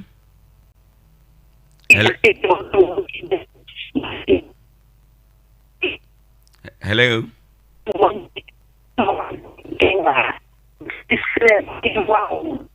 Okay. Yada asi bebre ene ne dia ode ebae basically the all can say yemo asafo no na wo mo asetena mu enye wonso wadwenkyerɛ ɛyɛ de wo hia. Good morning. Good morning. Me bacho udeni baby a okasafi. Bacho premise me kasafi te baby. Mamenti o brasa me. Boss on say edu baby ade bia ya na ye kan ye mpanyifo ho asem ye kan ye mpanyifo ho asem. Ya memfata kwanye example. Ebeka say ye di kampo mu di kan e bia ne me bi wo ha o mu ye ya. Omo anye ni ye na ma ne ye ai ya beto so ye ho etre ye. Ya na me fa krom na me hwe se de cars aboy piece wo ye kwan yi so. Na utu ani hwe railways asase anka ye beka ne se ya ban asase na wura hot ma sansa so nyina ya tonto ama amanfo si da bi si abonsan. Sometimes ya na me bisa se nti ye mpanyimfo a na omo hot ma sa nyema we koso atomo ntumi anka ho asema na se ya hwe ha ebi mpo a ye mu bi ka ho ne tonton sansa ase no. Ansa ka asase ati se sanka ye mpanyimfo mu di ka bra ye sha ase se tukan asase ne ye mpanyimfo so asase ye this how we are back pass ka ka sa ko gogo so ni ade nyina du yu mata ya fa hoko enti ye say mpanyimfo se omuso so omo aba beto sa adwuma die we so no me ye hwe mistake ebi no mu ye ya ne ama ye ho akire watakwa na ukura ka aka no yama minim die bebo kesi ni aswa ye nso aka die bet asem tina me kanisa right enti ye mpanyimfo no enhwe na omomoa ye se ne be ya ye benya back pass watakwa ye ko baby a ye ho ntire bebre say wo ko baby a no aka traffic mu no me da as boss yen say da ase bebre abusafo na chese do fredwumade no besi ha ye besan akwa akra ebiew na yakwa akofa anopai agodie mu nsem sports ede abro tip up sports safo kantanka ne nuanom akusuanom betena ase na omode sports no abro ye wi a yɛbɛsan aba yɛba asetes ɛwɔ hɔ nkɔmmɔdeɛ bebree ɛwɔ akyire a yɛde ɛbɛbrɛ nti anɔpɛ yi yɛnhyɛ ɛno ɛnso saa ɛwɔ hɔ ɛnom na yɛnkɔ ɛmmra.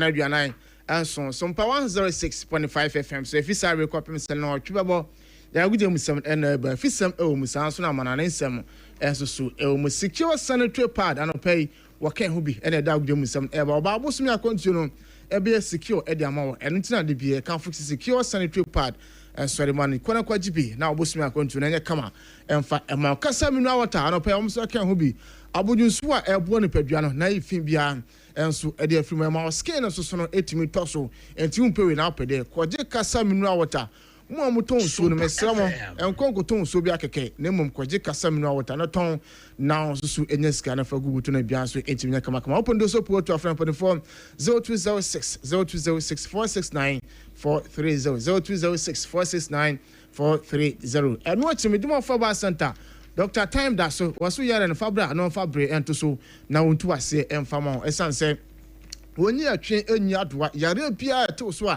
tito na ha no en kasi yare we dia no na dim bekom dabi enu ntina meduma for ba center Dr. Time that so aba enso dia ma no but 24 anu for ni chiremu enso ya so ne bra na o yare ne Fabre and to so ne to ase en Famon ye kira kwan e won kran se ne o pokua se mayira Pokuase Maira Ewa Enewo, Sansuna Santimanta Musono, yo Abuakwa Agukwe, Aban School, and a drink anymore. Freya Hwayne 0244 774 282 0244 774 282. Women are worth on a pay or my swear send out with them 7 about 10 times starting. Ewo Chan tournament time patrol and also Guswa. Ekosona enua matches eba so na last run of matches no eno so 8 eba so na me patrol say na esi ekokwe Nigeria esemienu Emma Congo and so anti and so on. And watching Sudan, Dr. James Kwasia Pia Mayere and the boys on Oma Chevy Senegal and so anti man Shim to Wayne and so no last round of matches of Group D and also 18 bars. Now after last round of matches and no Group D, say group no saying and a city Sudan already can on 5 points. When I go be a Senegal toss me on 5 points and so on. Nigeria toss me and San on 3 points plus 2 and now Congo chat to on 2 points minus 1 and so on. Man, I say plus 1 and so on. Pedum some for the moment quarter final lesson. I say Tim Sam almost wait my qualify as a country, some sort my qualify or move Ramon and so quarter finals of Chan tournament and so Guswa El Cosono, Kenya and so Hobby, Madagascar, Tanzania, Morocco, and watching Uganda, El Senegal. Algeria and Sudan and so eka ho bia na we teams are almost wait ma kro fana patro parents no say and e be sa kwa Kenya and Madagascar and Bobo and watch Tanzania and Morocco Uganda and Senegal na Sudan and Algeria and so they want we Chan tournament no quarter finals no fixtures and I made a some amount of pay so old so now feeling that finance leading come kakra na nyam kupa adman ne Gaga top 4 and so 8 as starting to my Gaga top 4 trophy no Jami aduma and also 8 months starting University of Ghana Sports Stadium Legon na jumadi no and so a bit my bass 20 top 4 trophy no and Ransford a project na come Facebook one and so the mountain starting and now no me sa na jumadi and so e bass no my fixtures no Jami aduma top 4 fixtures e bass no say in the city Bibiani Gold Stars and Kumase Asante Kotoko and Ebo no me sa King or University of Ghana Sports Center Sajwadi no and also a bit Atwakosu no see house of folk never say die until the bones are rotten and so ne pondo out of lions and so and above and also a numero no see and Sajwadi na and so a bit me atatu na perimusam amayati for Ojwadi so now only say ayada initially na Jwadi na ayada beba so the Nations Wembley Accra Sports Stadium na Emra and Nasai and switching balance and Panafuchima, the Blasters of Ghana. World Cup qualifiers sir yene Mali ebabo kroma sense mpanfo hwe ama top 4 ne baso nyame adom abosime nkuna ba besime de to so enwotwe no na ahwa na pitch no so etima kwa kwase ne etima mo game no won mpanfo chima top 4 no Accra Sports Stadium adom ma kwan so etima ma na baso na no mo mvu omo Adeko University of Ghana Sports Stadium na no na vice chairman and as a vice chairman Ghana League Clubs Association etwa ntia say gaka mame fense Felix Maku Monka so did in Komoka cry Vonua Asesano Emunsem. For the regular, there's a popular stand, it's 20 cities. We have the VIP going for 100 cities and the VVIP 150 cities. That's for match day 1 for both matches. So when you have the tickets and you enter, you are qualified to watch. For the regular, there's a popular and then her voice and then we have one change on. Voice now near Monfama Unity for. The venue had to be changed late last night because there was a change in schedule from the GFA on the Black Star. So quickly we would also have to effect that change. Now, as I'm speaking with you, the venue for the top 4 is the University of Ghana Sports Stadium in Accra. All clubs involved are aware, and as well they are aware as well. Legon Sports Stadium is ready to host us. As we speak now, though there's a program there, the pitch will be worked on between the hours of 12 and 2. So work is being done on alongside the track event. So come tomorrow, the pitch will be ready to host that. Legon Stadium, I can assure you, is on good condition. You're going to have a good game come tomorrow. That one I can assure you. The pitch is super. It's good. It's not a very good game. It's going to be very competitive. It's going to be interesting. The reason being that, the quite recent ended President's Cup, Kotoko has the bragging right. The ended Homo World Cup, Hart has the bragging right. So now the clash is between Kotoko and Hart. Kotoko would want to stamp their authority. Hart will say never again. And between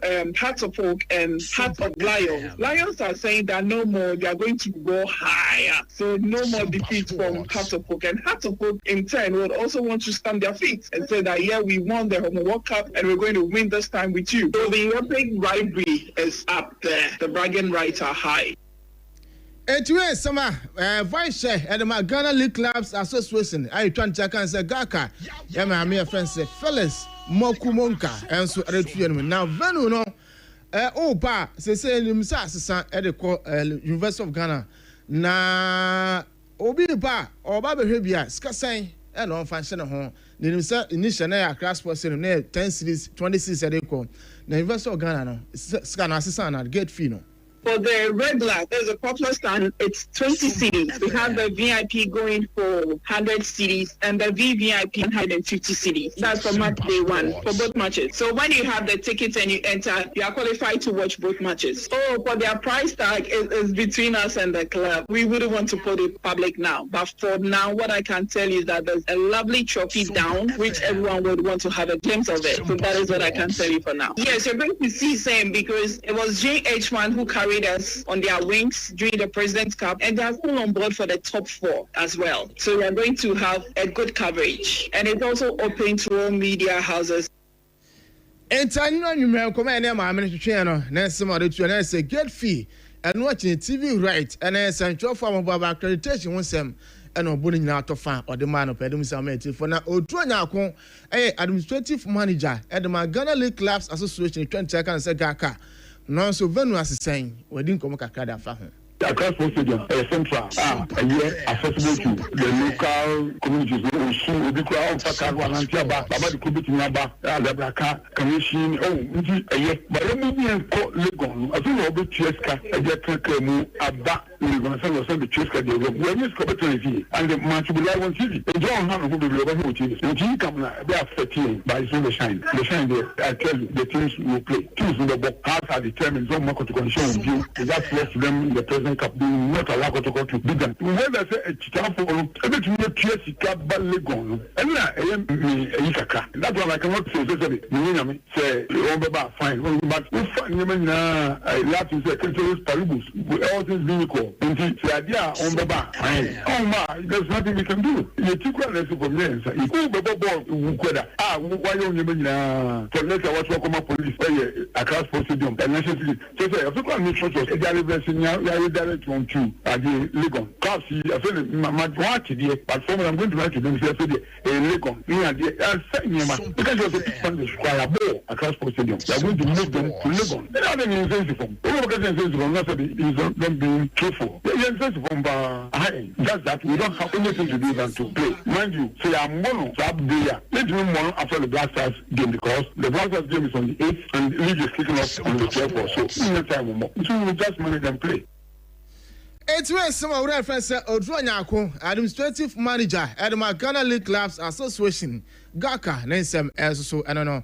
Now you come make a chance as well couldn't come back. Now 2 million Ghana cities. Ghana Premier League is a wabajana or JD soon as well. Access Band Division 1. Almost so the end 4 and so discover major at that tuja. A man so the and then you like can be make it chance at didn't come back and so at their farm.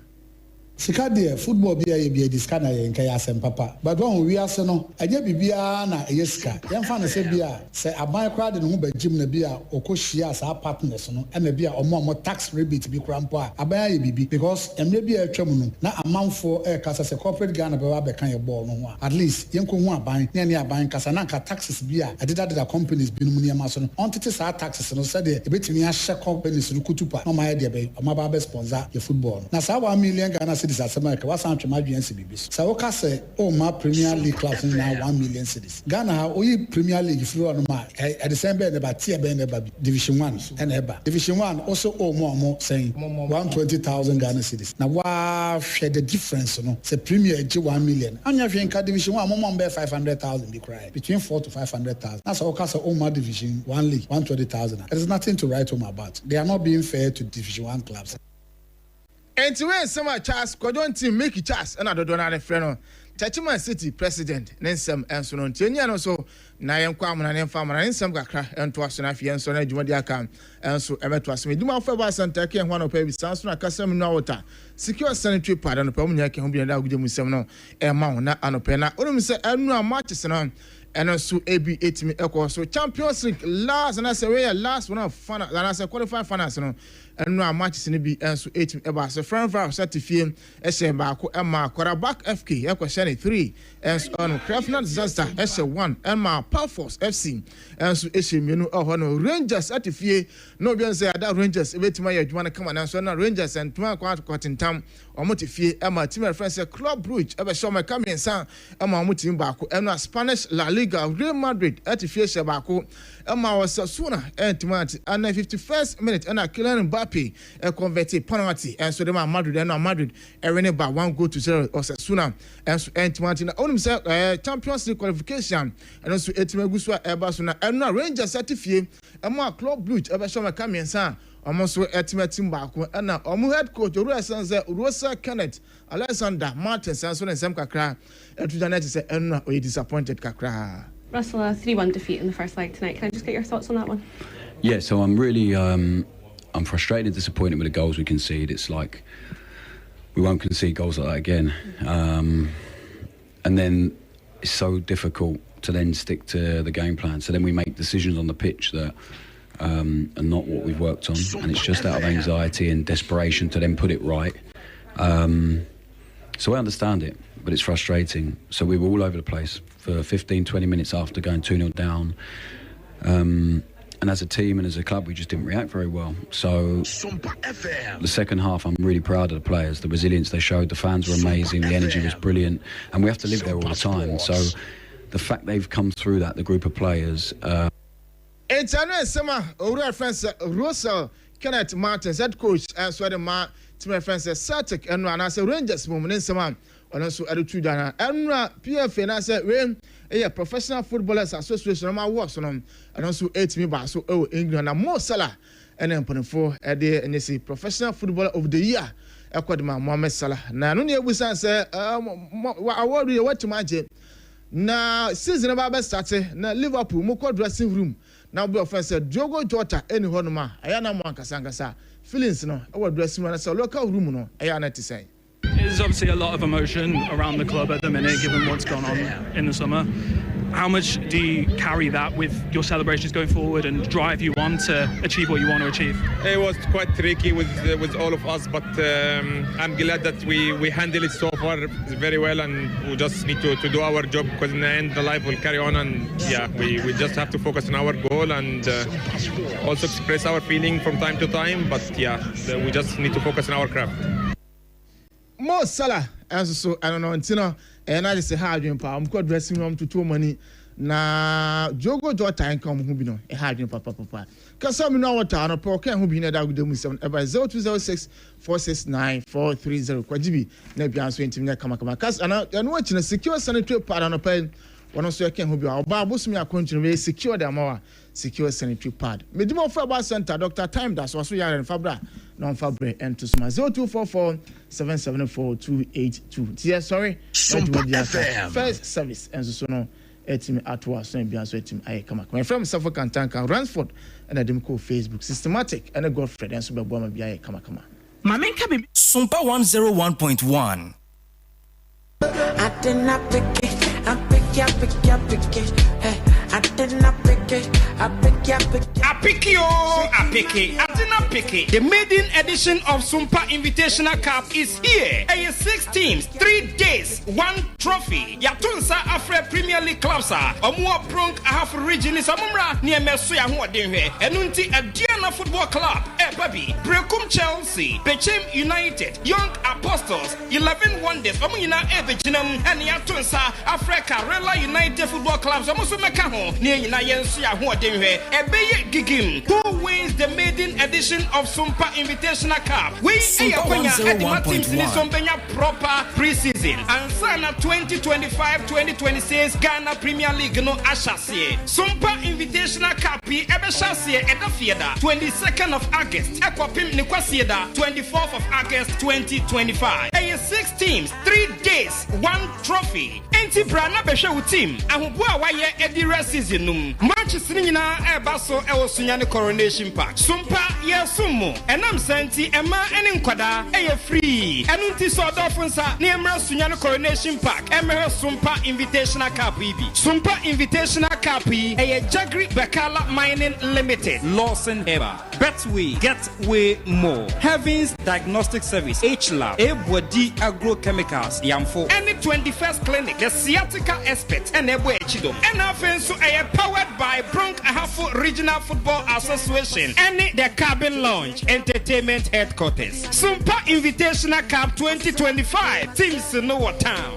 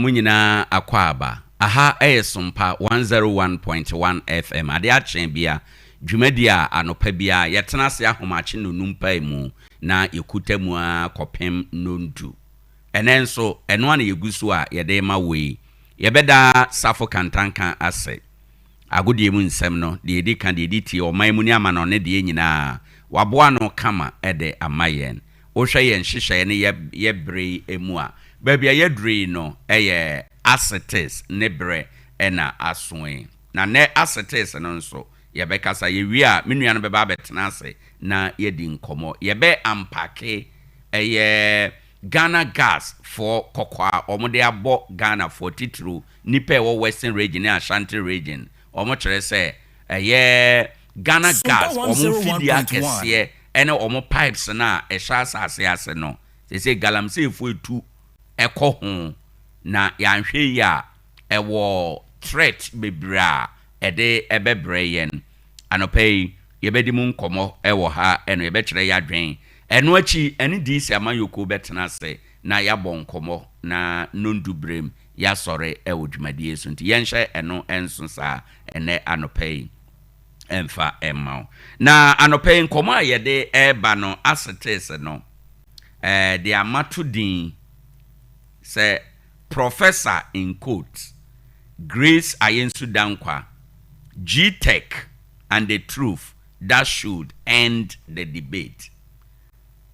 Asamba kwa a trende o my Ghana muhapa na egusu a trende.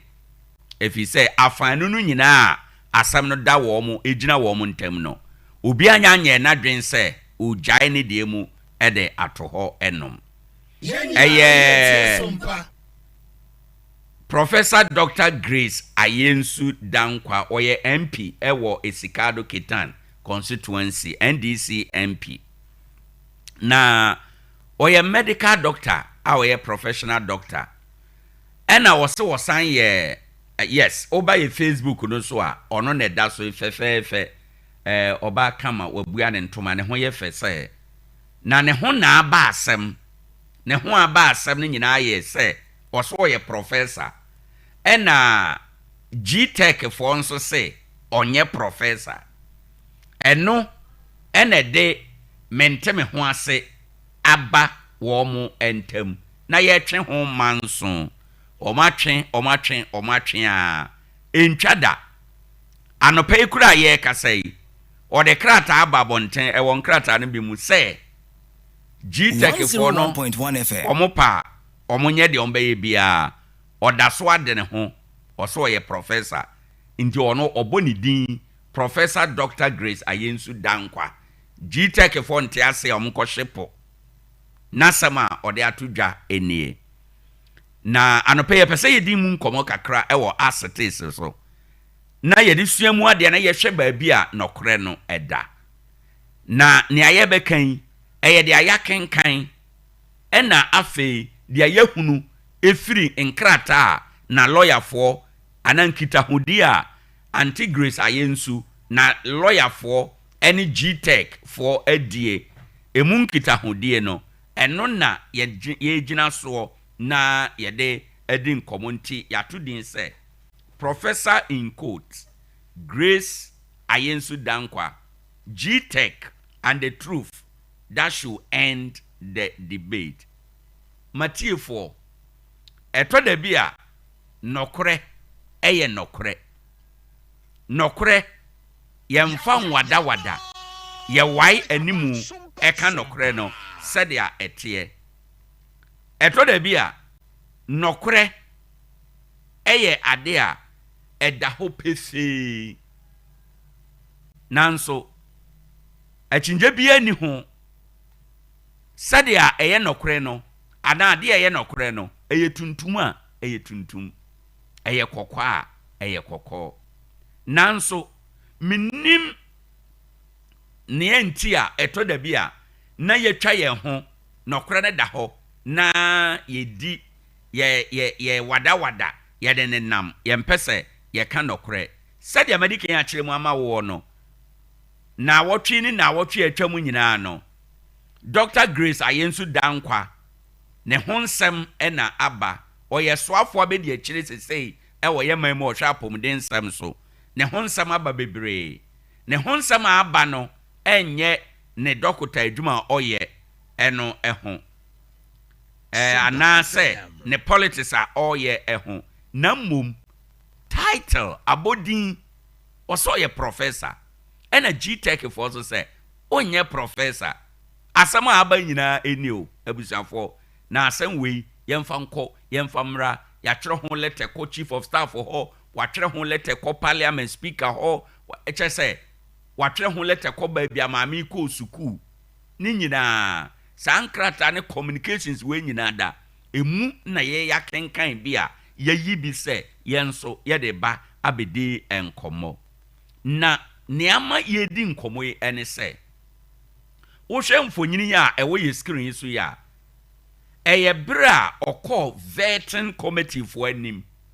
na yakɔ vetting no sɛdeɛ yɛ mmarateɛ no sɛ yɛbɔ odin sɛ ɔyɛ minister ansa na yɛde w'adwuma bɛma wo no wokɔ vetting na vetting no nso wokɔ a wodi kan esuae edi nse kan tam sɛ asɛm a wobɛka wɔ hɔ biara no yɛ nɔkorɛ na sɛ wanka nɔkorɛ na sɛ akyire ɛbɛda adi sɛ wanka nɔkorɛ a ɛnam sɛ wadi nse aka ntam enti wotiri so biridi twom ɔman no mmra yɛde bɛdi wo ɛno nti sɛ wokɔ hɔ a ade a wogye die woyɛ kristoni woyɛ kramoni woyɛ bosomsomni anaa wogye die foforɔ bi a ade a wogye die no ɛna yɛde hyɛ wo nsam na wode esuae adi nse aka ntam ɛne na obroni ka ne sɛ oath ɛno nti ɔkasaeɛ ɛwɔ vetting committee hɔ under oath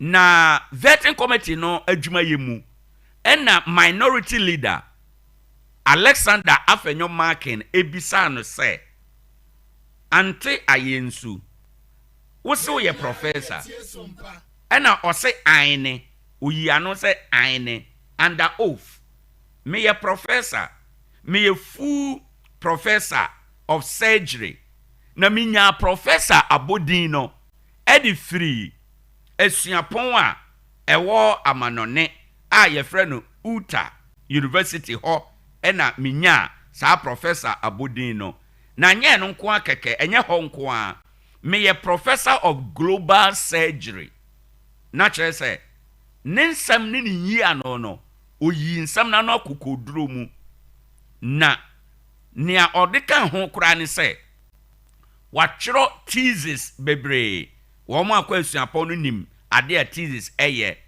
wa publish publication wayɛ publications bebree ɛna wadi dwuma bebree a ɛno nenam soɔ ɛma obenya professor no nanso interestingly ɛno wohwɛ ɔno ani CV a ɔde kɔma the vetting ana appointment committee na ɛhɔ no ɛkyerɛ sɛ 13 research work pɛ ɛna wayɛ ɛnso ɔno ankasa yi ano mu deɛ wɔsɛ wayɛ bebree numerous not 100 not dozens up dozens ɛna wayɛ nanso wohwɛ ɔno ani CV mu a wɔsɛ wayɛ publication just 13 ɛno koraa no ebi yɛ oral presentations ebi yɛ a few publications a ebi yɛ ne thesis a ɔde kɔyɛ ne masters enti bebree na wɔka too numerous to count no na efiri hen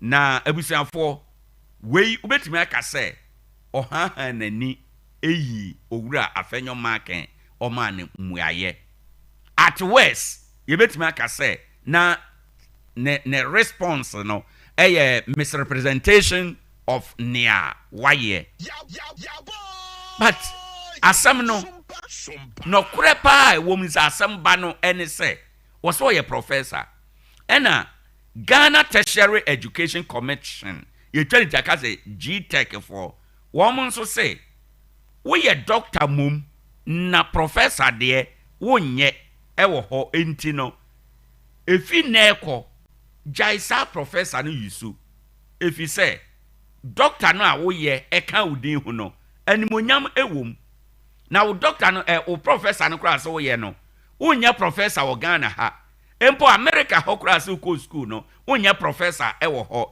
ɛna wiase ha baabia bɛpem saa bere a yɛreka sɛ wonya professor ɛwɔ baabia asɛm ba yɛmfa nkɔ yɛmfa mmra GTech for kyerɛ krataa ɛde kɔ baabia ante ayensu sɛ okɔ school ɛyɛ Utah hɔnom University of Utah no ɔmo kyerɛ krataa kɔ hɔ na 7th August 2025 ɛna university no ɛde response ɛde muaye ɛbrɛ GTech for no asɛm na ɔmo pɛ bisa sɛ Auntie Grace Ayensu ɔyɛ professor ana ɔnyɛ professor na ɛno ni di soɔ ɛna university no ɛde ɛba bɛto edwa ɛsɛ ɔnyɛ professor ɛwɔ university hɔ na mom ɔyɛ biribi a yɛfrɛ no adjunct assistant professor ɛwɔ the Department of Surgery yɛka sɛ obi yɛ adjunct assistant professor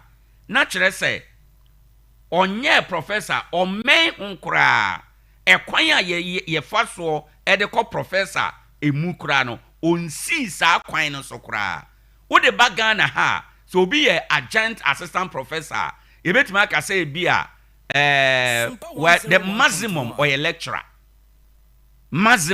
lecturer nti ɔmɛn kwan koraa wobɛfa so a wobɛkɔ akɔyɛ professor no nti ɔnoa ne university no ɛna de saa mmuayɛ wei ɛde ɛbaayɛ ɛwɔ hɔ nti sɛ yɛde ba Ghana man mu ha yɛka sɛ obi yɛ adjunct professor Ghana ha no ɛyɛ equivalent to part-time lecturer me de kra me sɛ lecturer kra mpo no ɛnyɛ full lecturer ɔyɛ part-time lecturer nti wei ɛna ma GTech fo ɛka sɛ Auntie Grace Ayensu sɛ saa na ɛteɛ de a ɔntumi mfrɛ ne ho sɛ ɔyɛ professor ɛwɔ man mafi sɛ professor no ɛnyɛ adeɛ bi kɛkɛ sɛ ɛda dwa so obi asɔre ya na wafa bi ato ne ho so ɛyɛ adwuma nkrɔfo yɛ adwuma esua nwoma ɛbɔ ka ansana wɔn aba benya saa dibia no enti sɛ ɔpɛ sɛ ɔyɛ professor ɛwɔ kwan no ɛda hɔ obetuma afa kwan no so ba wonya nyɛyɛ deɛ yɛ ma wo kwan ɛma womfa saa din no ɛnto ho ɛso yɛmfa nkɔ yɛmfa mmra ɛne dididi mu a ɛna aba abɛyɛ ɛmanso ba abusuafo nɔkorɛ no ɛni sɛdeɛ teɛ ne sɛ ansa na obi bɛyɛ doctor ɔto no bo ase ɛfa nhyehyɛeɛ mu na wabɛyɛ doctor ansa na obi bɛyɛ professor saada enti sɛ wonya enko sukuu ana wonya nya adwuma a ɛbɛpagya wo ama wabɛnya abodin ɛyɛ professor ɛmfanto ho so efisɛ woyɛ ne saa na yama animonyam nidie ne obu a ɛbata wo mo a abrɛ ayɛ adwuma ansa na mo anya no na ama animonyam ɛwɔ mu no abrɛ ase fisɛ anybody at all ebetumi ada asɔre prɛkɔpɛ aka sɛ meyɛ doctor ndinka mete hai na me ba radio no abɛbɔ me din me fa me nkrata nyina nda kyɛ so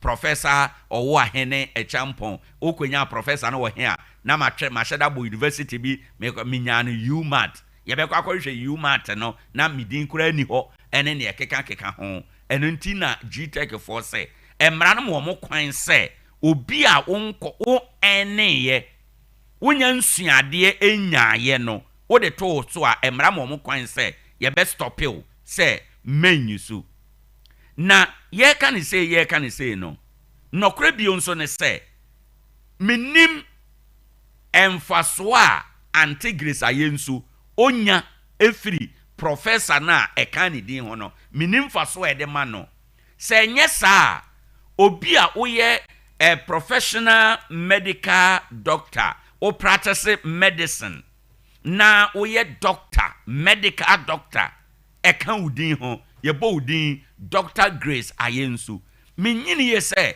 ɛyɛ abodin ketwa menyini ye sɛ ɛyɛ abodin a animonyam enim menyini ye sɛ ɛyɛ abodin bi a ɛyɛ abomfia enti ɛsɛ sɛ ɔpere ɔfoso asɛ ɔbɛfa professor no ɛde aka ne deɛ ana ne din no ɛho doctor na ɔyɛ no animonyam wom ɛyɛ animonyam adwuma kɛseɛ sɛ ɔyɛ medical doctor ɛmaa dodoɔ sɛn ɛna ɛyɛ medical doctors ɛwɔ man Ghana mu ha empo ewiase nyinaa ɛmaa dodoɔ sɛn na ɛyɛ medical doctors enti ɛnsɛ sɛ ɔfɛre ho ɛnsɛ sɛ ɔyɛ sɛ mekɔpɛ biribi abɛka ho a ɛde ɛyɛ nkekaawa ɛbɛba abɛbata ne din ɛho wohwɛ sɛ sei professor yɛ ɔde ato ne din so na manso da bia yɛbɔ ne din na mimi hu sɛ ɛno kora mɔmu egu n'anim ase n'anim onyam sɛ doctor no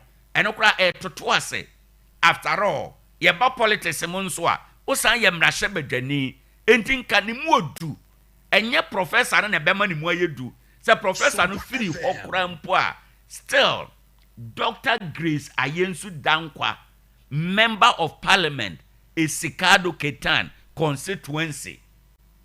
Enya abodin kuma because you were MPs bebre wɔ Ghana ha. Wɔn ni abodin bi aka MP na ɛda wɔn so no ɛho. Enti ne deɛ no mu odu na minim ne enti a ɔfɔ so a sɛ wɔde professor ɛbɛka ho. Yɛ ka sɛ wɔse sɛ yakobisa ne suku mu yenkobisa ne suku mu on change professor no obekɔ so afrɛ ne ho professor no ɛwɔ ye man yi mu but abusuafo ne tietwa ɛne ne tofa bɔ a ye bɔ na no pay ɛwɔ assetes so ne sɛ ehwɛ nkrata efiri ɔno ani suku mu aba yɛhwɛ nkrata ɛyɛ GTech fo atwerɛ nea ɔno na lawyer fo atwerɛ ne duru baabi na lawyer for kura twere krata de akoma GTech for no omo na lawyer for no kura mpo no omo refer to Auntie Grace say oye doctor omo amfa professor anka ne din ho enti eno kura kan bibi kire wo say ebra so say ebia ojaya ebeboa no on the face value adanse ahodo nyina edi adanse say professor no a eka ne din ho no eye an end enye ne ya wanya wasua anya na ebia fa na wafa kan ne din ho na enanso amanne amanso aba ewo ho enti assetes no kwasama ye ka ne se obetimi ayi afiri ne din no mu na wayusu ono ani din Dr. Grace Ayensu Dankwa no a enimpo mu oduru eni kwan se ofere ho na mom ye kokobo a ye bɔ ne se ensese oman no Ghana yetena se ema obi a on ene abodin bi efa de to ne ho so efi se eye saa na ene emfa so kra nim se obi beko suku emfa so kra nim se ebi betime aka se misua de akopɛ abodin wei afei enia ekoso no egu aban anima NDC aban anima ase nienti egu NDC aban anima ase ne se nanu yete ana ababa wa bi so baaye se oye doctor ena yede no call health insurance board so daily sansa yemfa nko yemfa mra say ya me ye doctor me nye doctor me ye doctor me nye doctor ye nwura mu a ebe wi ase se sa TV so na oye doctor na onye doctor wo ba bia aban hunu se ni nguase ya abanti adwuma na yede ama no kura no se onkoye board chair se board member ewo health insurance board no so no ehwa na ye withdraw na appointment no enti ono na appointment no anche ye fa no ade chi ye na ye san withdraw eye na appointment no ensem we ya bintia enti yesremo se wonya ene abodin bi now for so ho say wa ene a aban na wo kan ho ene enipa wudi wo manim no ena ugu wo mo anim ase dia owaso ontie ya honhom ka kire asafo ebusuafo we eye assetes enenso sedia etie enie baabi a yadri ye dan ye ho aba ye ba menuanom be kan me ho na ye de nkomo a ewo ho aba abe prapra kwan mu ye prapra kwan mu wi a ene NDC amanyoko tenase yedi nkomo bebre ya kire eye asojafo nipa 9 ewo eye Simpa ewo Tarkwa nso ayemu haya na chi a ye kire wo mo eno eye ade a sei aba aba wɔn yɛ asogyafoɔ deɛ nanso wɔn nam obia nso ma wɔn nka committee bia ho ɛna wɔn ka sɛ wɔn yɛ national security for yaba abɛkye wɔn ɛwɔ ha ɛwɔ ɛyɛ anti-galamsey kuo no ɛna akyerɛ wɔn yɛ ka sɛ ana yɛ ba abɛhwɛ abusuafoɔ aban by national security no yɛatoto n'ase anaasɛ yɛahyɛ mu kena ama nkurɔfoɔ de wɔn din ɛnam yi yɛbɛwura mu na yɛdi emu nkɔmɔ ɛwɔ hɔ ɛnom yɛba sese a yɛba nkɔmɔ ɛdi akyire ɛɛba.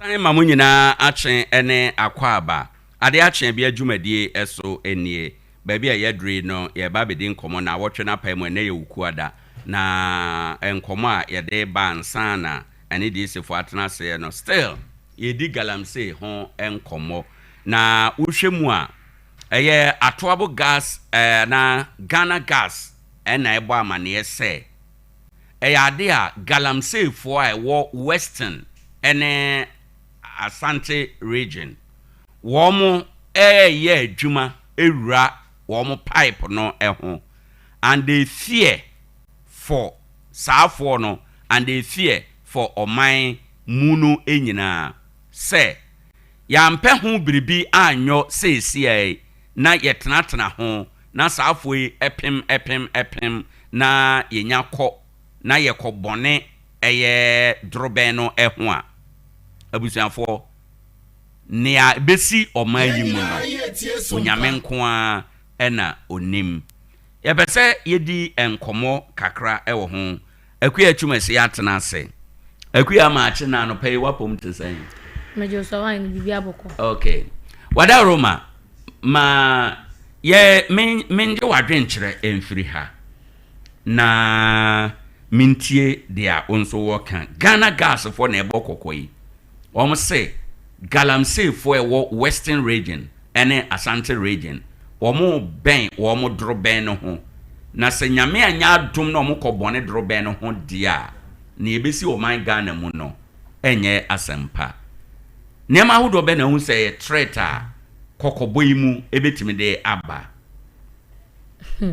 Ampema minchie tie fo ne ahwefo nyina o mo joso na sesi agano na nkasa no ye ne ankasa ye timi ye hu ba bia ye ko 101.1 FM oni mu se adwuma na wo ye no ebe ha adwene ya ka ne ba ko ya ka ne mienu ya ka ne miensa akyerɛw se munyai monte entino se wo ba ye adwuma na adenti na wo nye se de be ya ba bia ebe ko bɔne no wonya ho no nto right na wo nya wadwuma sesi asem kan wo mokoye na se ekofa ha obi ba se ebia na ye ne aye niska ni bi na ye ho be kiri o enti no medwene ho a mentia se de ba de nko a na se galamsey no mo hu no ma day in day out de bia munja yo no mo ye I don't know se I was say wo mokofa nkofo bi begu no na nipa na wo so kofa no de na bebo ban no kwa wonim ni tirim ebi se wo ka se ya che nkofo na ya mo se wo mo ya asogya fo se den oh nti no se se ano ade a ye no man yi mo no nyame anim kure ni enye kra Tarkwa am say Ghana waterfall benye nsuo mpa edin ina galamsey ba ko ya bonsa nsuo na eboa o mo mutimi nya nsuo no chese o ma ya mani na ye poto ye nsuo ina ma sese ina ansomo afede je bebia mo se didi ko na nti se ye di say it na o mani ma aso eye eno ne question a ye dwen ho obeka se galamsey ko no age yensem meka se age yensem a because MPP abines abreso galamsey say ya ye kasa ya hunu ye nima anko aban ba ye so the same thing even though aban ba ye ncheye nanso no ye say agro be so a ifira no pa obeka se ekono ankasa no galamsey ade ye no ya ye overwhelmed age yensem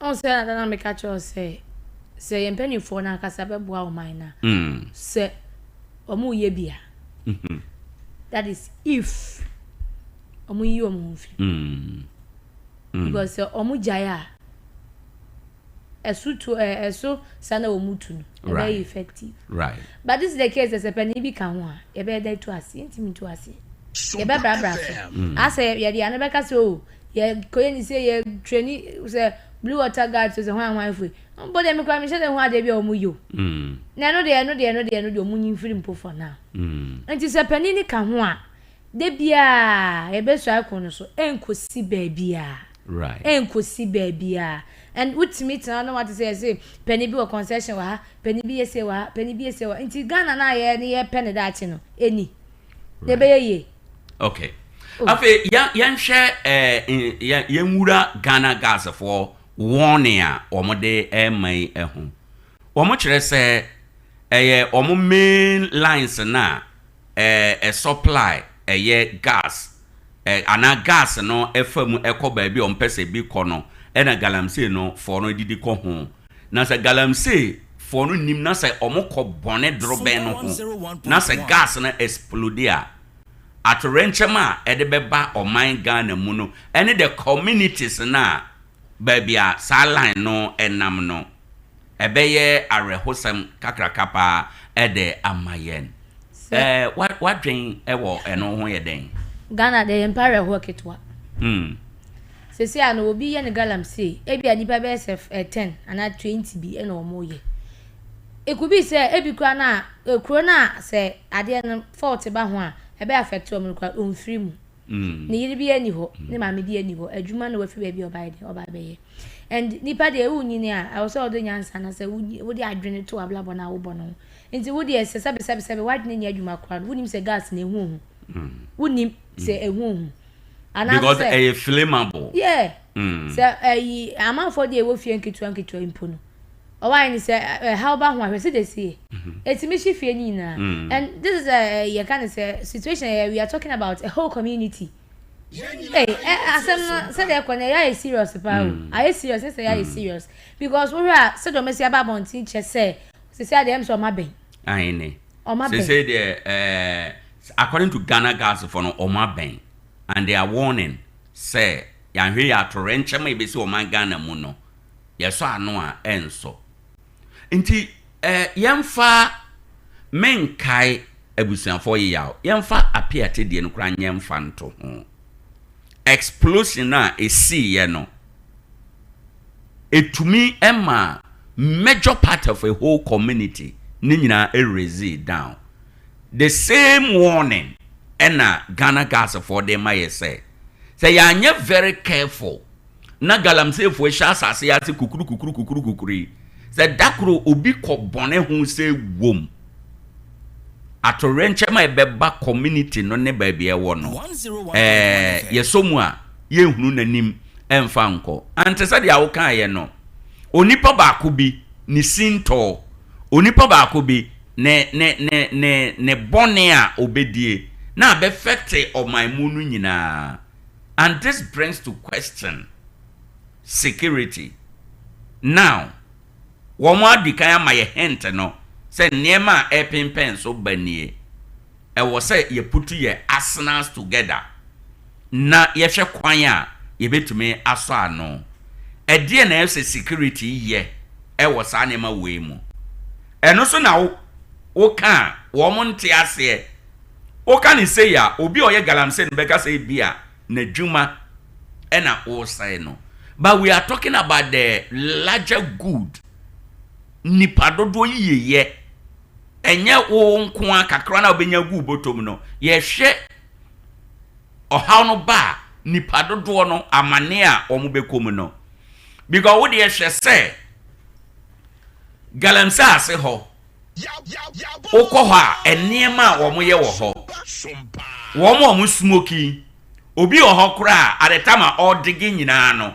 Na cigarette or na whatever it's na on at the same time in the unfortunate event say oye noa na say okobone drobe hu a because of that jakakra na kita no was cigarette a wonum emu no asparke a whole disaster ebesi ewo oman no emu. So I want to believe we say ekono aban ye ne de but there was say you decentralize ekon against galamsey nienta me ka say you decentralize no say you decentralize na yesuma soja ni bi firi nkran na waba oma bene na nenam ha unhu ne eye ene boys it is omo ba na omo adwane ye be ko ye nyu obi anche no ye ko hunu mfidie bi na ya sai no ade be chen on beto mfidie no foforo akọ ewo ho enom. President introduce bibi like DC bia MC bia police commander bia wo area wo district galamsey ekoso no president and dismisses DC no on dismisses MC no se oyane sa esuro ni ehu bi beba wo mu ama wo mani abre na yakon ekon no se ya anya ne sa pa de anema ye kwe de ayete se de ye hwie ensuogu kura echi no yes nipa ni so de ye ekon but the real or how no and that's why our grounds or how no that's so ewo ho and me I fear sa asemi a eye Ghana gas for akan say galamsey fu edidi ko wo mo dro ben ho no say ya nhwe ya ebema atorenchem esi oman mu we dey say no minim ne also be kan biem na ye nhwe dia ye be ye e kan say galamsey na nkasa ne adwuma ye no ene eson satu no I think say ye late kaka because na just ashase no because me so amete say see etu galamsey won kokko enye ndo but sabre na me say no mun say nso na ya underground no kwa no mo ye de omukọ but eno po no say de esi bugu nkofo so no na nya go that means say adwuma na nka say adwuma bi a wodu ho kohyema enye emwa ena ane na emwa ababedru ene and right. The fact say we hear adwuma na say okope bibia doesn't mean say you don't have conscience at least I was say wodwene o man no ni nipa omutim so kakra no my o mo obitimi kuni ma me sikanti obitimi kuni papa sikanti enti no I think say galamsey na adwuma no ne nya ye ne de personally me teacher dey who say Eddie right and Ghana gas for na e kan mo de o these people so VRA so wo pylons e wo enwura mu pylons no yes how mo post akese na ahoma nam so electricity enamu no ni nyina nso e wo ewura mu and similar situation betimi ato ehon nso galamsey fo betimi adidi ase omo didi ase na esiwa adakro betimi abu agum ebugum a eno nso ebekwa akoto form and ohwe said their electricity travel ewo efon say light to asase so ase dey say travel in circle no ekono a sa pylons no bi buto form sesi a eno so ye danger eno so betin dey atorenchem de aba so oman no ye ko hin oman no ye direction ye den kwan be na ye pese ye faso a ye so ye galamsey na no because gold ne dey say ye tu but kwan be na say ye no a ebeye because they say mrantie ne mabawa no omo ya ye the indiscriminate nature obi anya ba bia na o tu bie no eno na ye problem enti anopai ma yemna wo ho na yemeje wadwenkyere kakra ansana yakọ ene DC amayoko so ye ne wo mo so akotena se edi enkomo ama bibia aye kama anopai okay yebekọ so aye 30 go nyanya entomu ja 30 go for ada Roma na omo so kro omo ho ya me nwanwa say okay atenza afedia aba okay 0260 no 0260 yes 196062 196062 196063 na wafre abaso. Good morning. Good morning. Good day, baby. How kasafi? Oh, drama we na Ade Akye. Me da say my enti one play.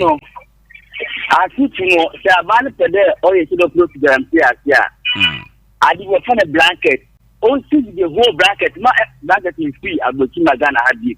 What the blanket no na what the key good no. Because that gram say the fan the canal same there say pede you here. Abane see the blanket because excavator what the more man mo ye. Can find you can see the blanket in the ono for gram paper pot. Abane see the blanket. Blanket no say I for shop e ye bi fa.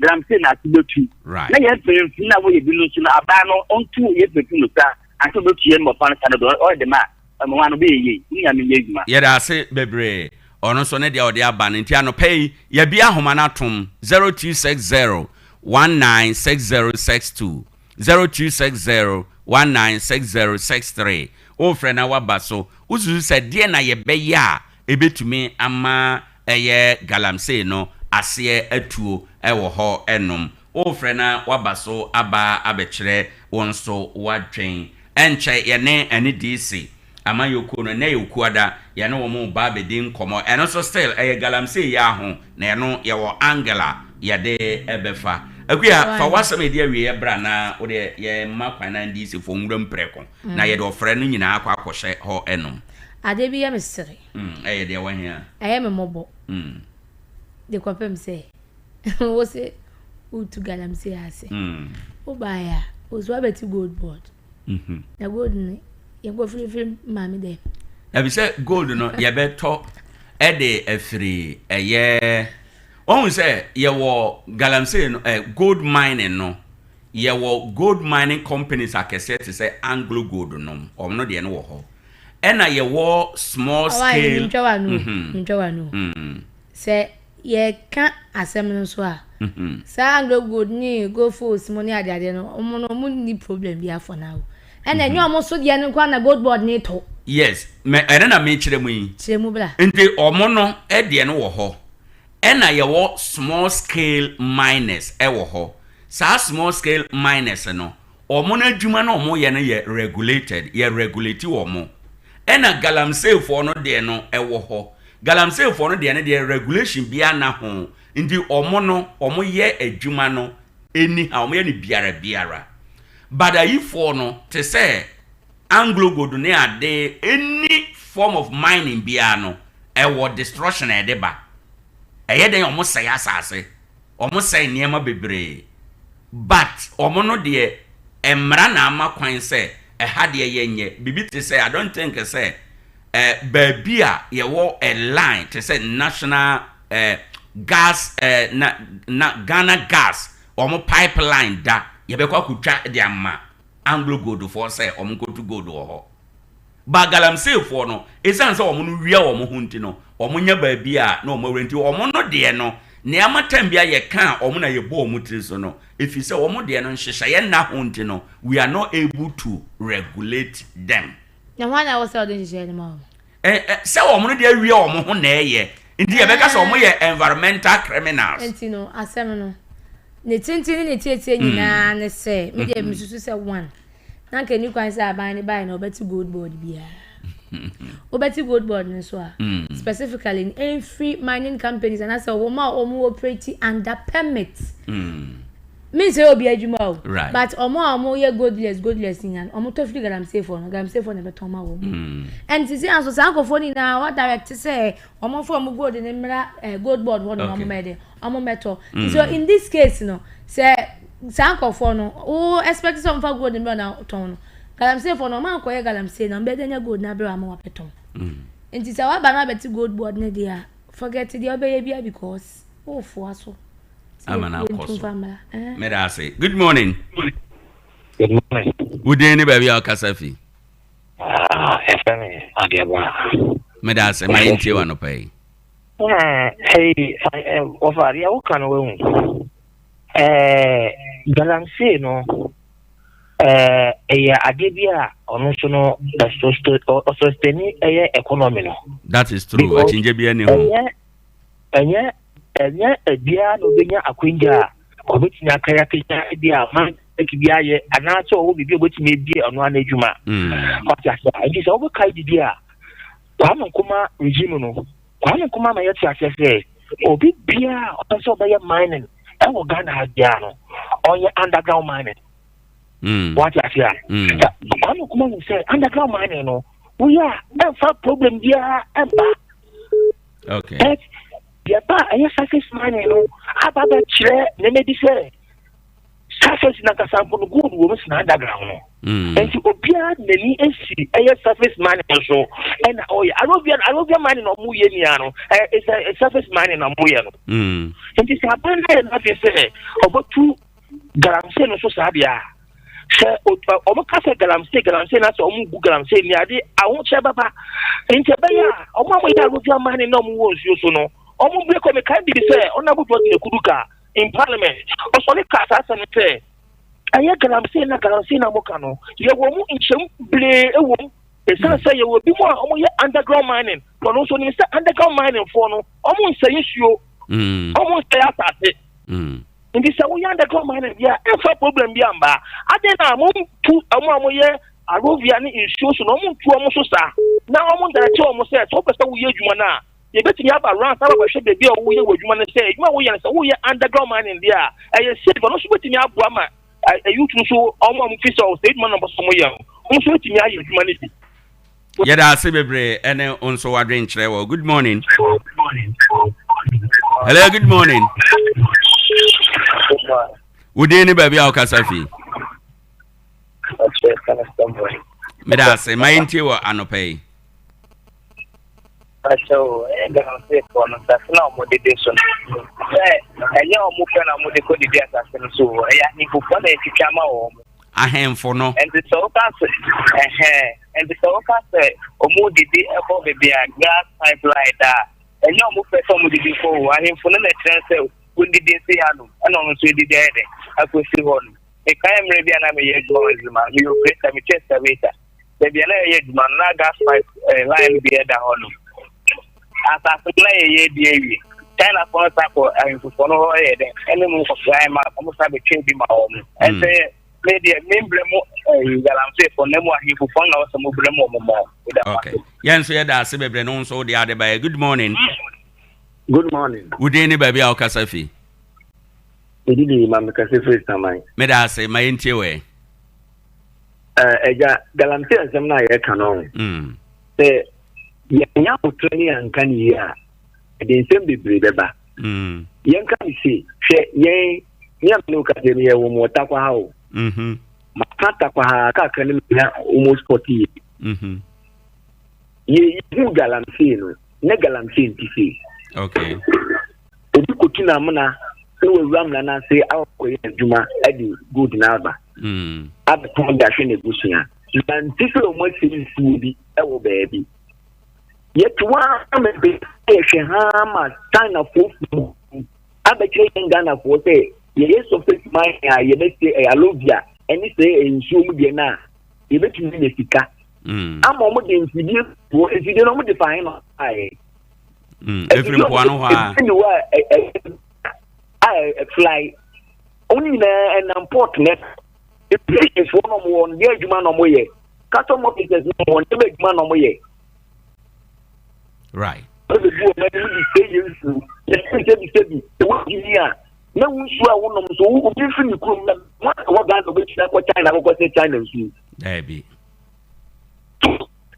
Yada say opening. Well, yada offer you me be see ha.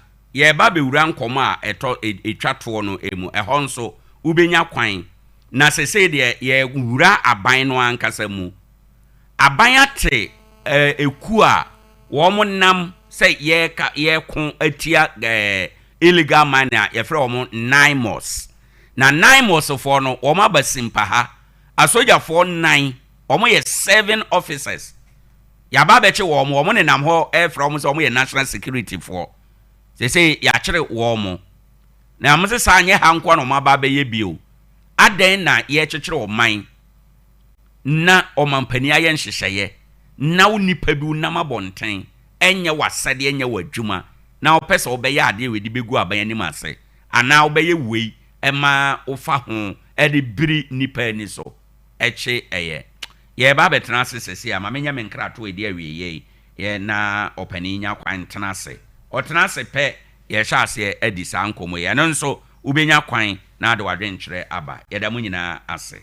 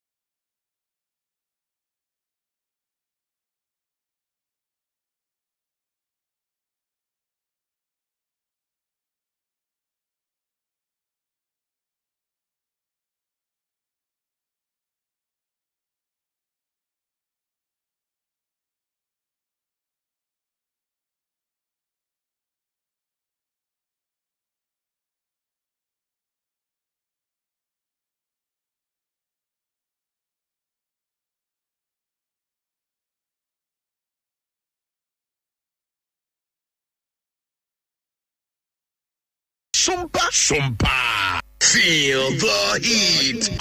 Sompa.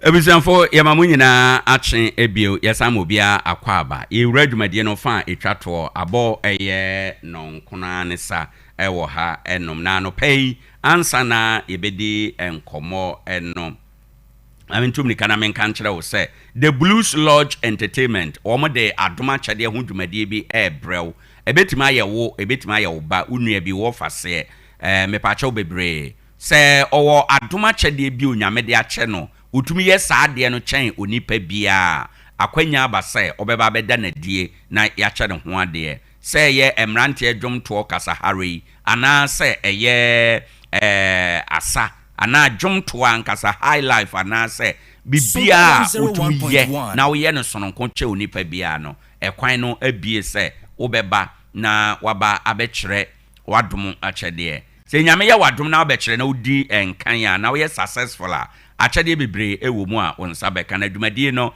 memeneda bosome nwɔtwe a yɛwɔ mu ne da ɛtɔso ɛyɛ aduasa saa memeneda no ɛna dwumadie no ɛba so ɛbɛba so the Blues Lodge a ɛwɔ Tarkwa ha wa obedi nkan no saa da no yɛ audition yɛyɛ audition no wie a ɛna na mu kosi akan no musi akan no a wa obedi nkan no ubenya sika 20,000 Ghana cedi flat screen kɛse boyi kakraka pa eka ho ewo ho ye de chewo afei de obeto so mienu 10,000 ena tabletop freezer eka ho de obeto so miensa ye 5,000 ena home theater emu de ewu wo ye nsa ebeboa papa ama bibia atime akonkan wo mo ada roma entino misraw fa ho hye menyu ho mfirim ebeboa ade nyina emu ope internet papa nso a ede aye wadwuma wa Facebook wa TikTok aye saa ne ma ne nyina de a ene na wada Roma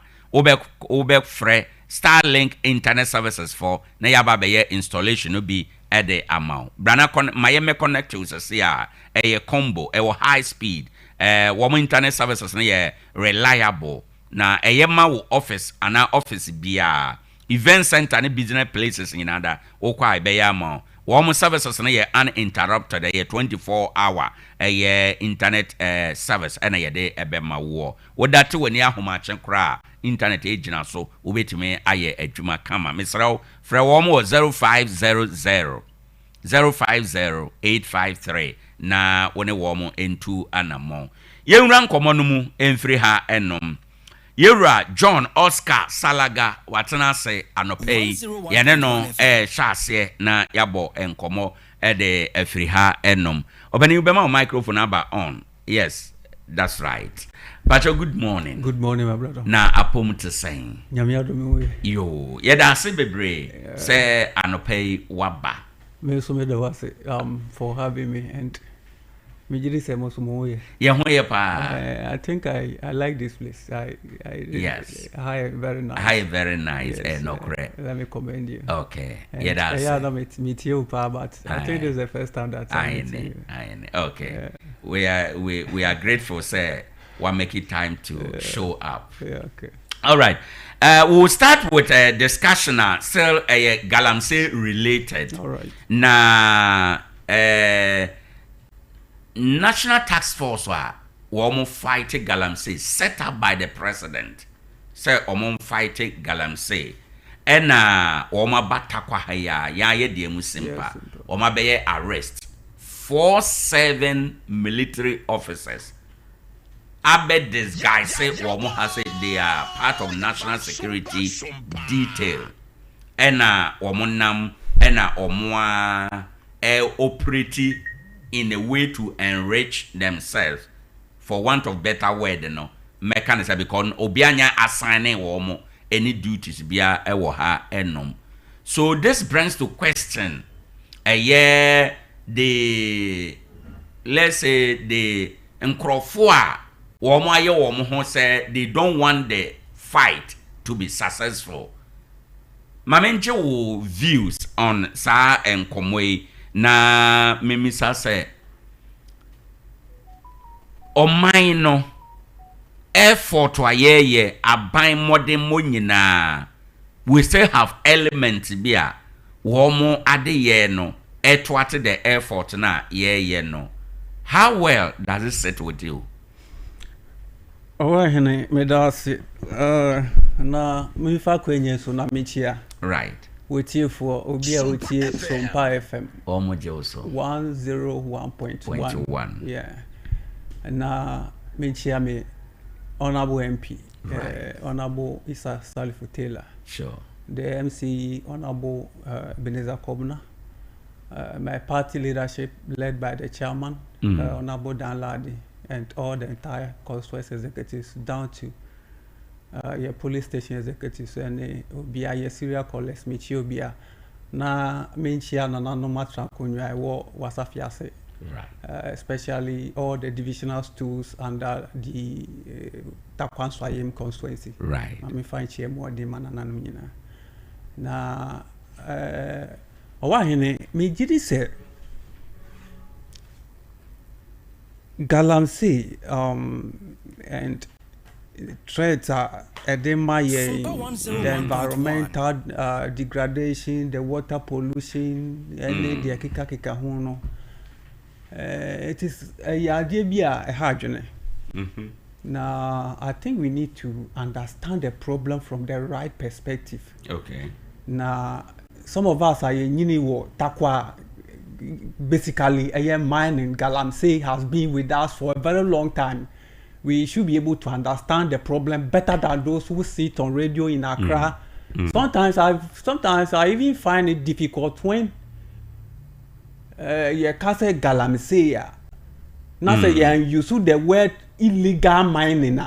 Because if you go to Tarkwa, there are a lot of small scale miners. They are doing legal small scale mining. Okay. But the moment you see them, because they are not maybe large scale, you term them as Galamseyers. You understand? Right. You term them as Galamseyers. Meanwhile, they are legally operating. Right.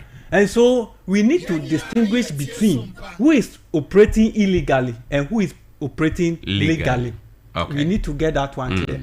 So sometimes when we box everything together, we call them galamseyers. Ayane hamikakra. Now, before the PNDC, I want to go back to, kakra. The history. So that we understand the issue.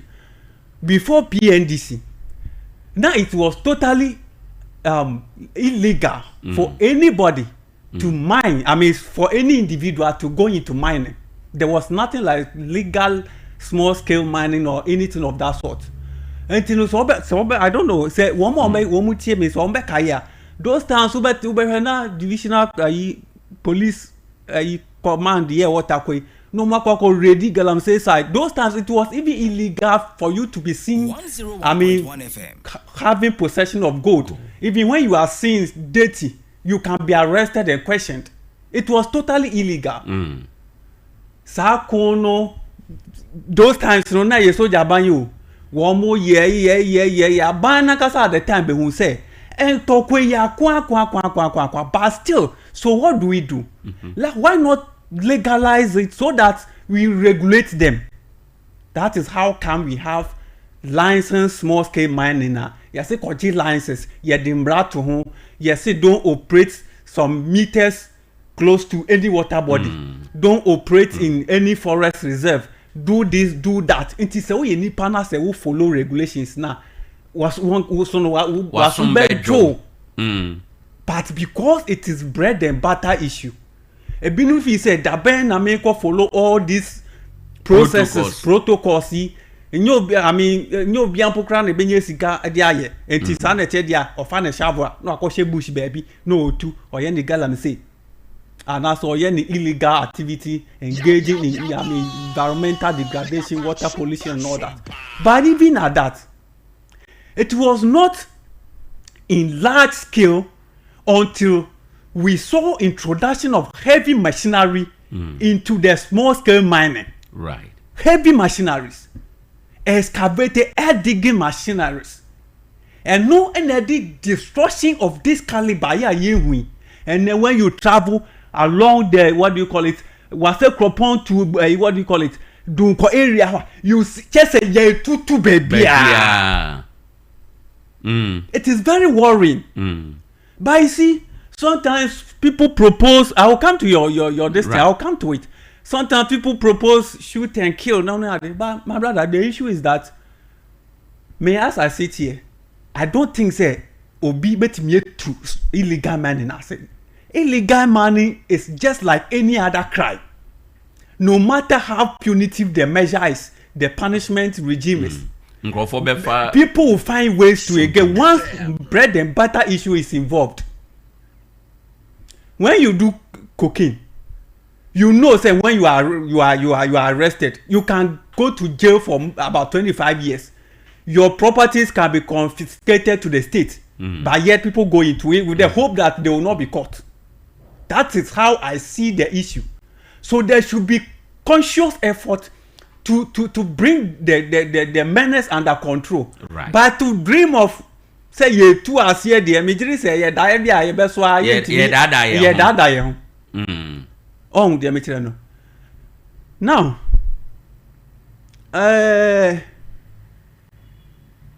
national security. Minim nienti a obia sorry a oben corridor of power kakra. I mean, even civilians, we've seen it in the past government, and I've heard rumors that it is still repeating. I mean, people who are close to corridors of power want to parade themselves as personnel of the national security, maybe to insulate themselves from certain power bit there. But for military serving military officers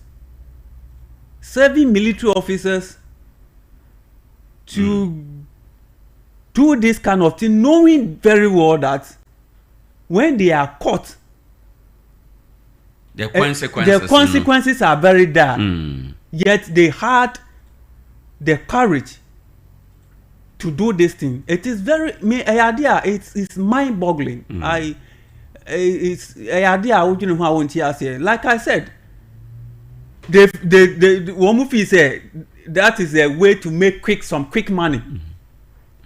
They are national security personnel. They arrest them. If they can even seize their whatever. On bet man take possession. Minus and gold and gold. They are the woman.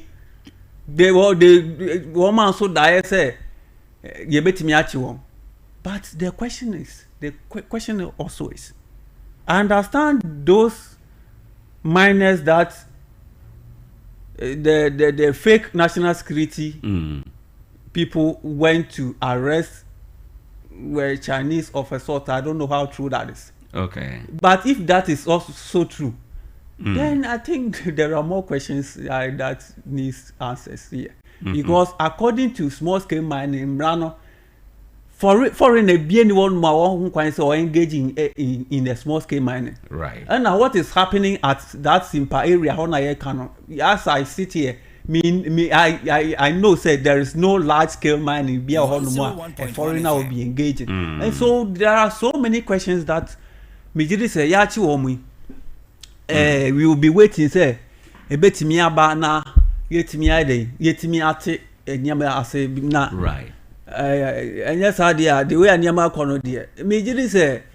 national security now because obeka ya so west will go by elections so that now there were people who were parading themselves as national security operatives. Meanwhile, most of them are civilians who are not close to be national security, but because of their closeness to some people in power, they paraded themselves as personnel of the national security. How do we address sa issue no? Because no just like Galamsey the aye kan emre bi bebe no so beba be ya de so amayen nkrofo de abinding be ko ba bi akodi bone say ye national security for by the time ye be hunu a ye be che wo no na the harm na damage no akoso. How do we solve sa issue na no so a unity ya hunu example from the previous government and ye hunu be in the current administration? No, difficult, but the me say sometimes politicians you power no. Sometimes we also have a duty. We have a role to play. Right. In the sense that some of these thugs who parade themselves as national security, some of them are actually boys of some of these big men in power. You understand? And so protecting them, giving them protection here and there. And it's or call outside that obey you so that privilege, at the aqua get some kind of illegal thing, extortions and here or other things. So me then Michael Kasemi national security abra obian ma make that assurance no say anasa that close you say bia anasa asem kuraba wunyu bi man nka bi ma me I mean say me timi ko yes so sometimes say bi hono mu aya na omo ye nkrofo godfathers bi wo actually in people in power no ni ade you betimi address let us be hwe campaign be fa so asankofo ni nyina you betimi ayi wo mu nyina fi ye ho those of us are those who are in power no ni ade no mejiri say no so beboa na yetimi solve sa issue because it's idea a hard. Should we be worried as Ghana for say one national security na 7 officers ebe parade omo ho say omo ye part of the national security architecture na omo be communities no mu a where omo nin say at that level no amanfo ntumi immediately no entumi differentiate who is a national security or not. Intino yakona yakobuli womo na yaye niema bia ensesa yeba. Should we see this as a national security threat we need to work on?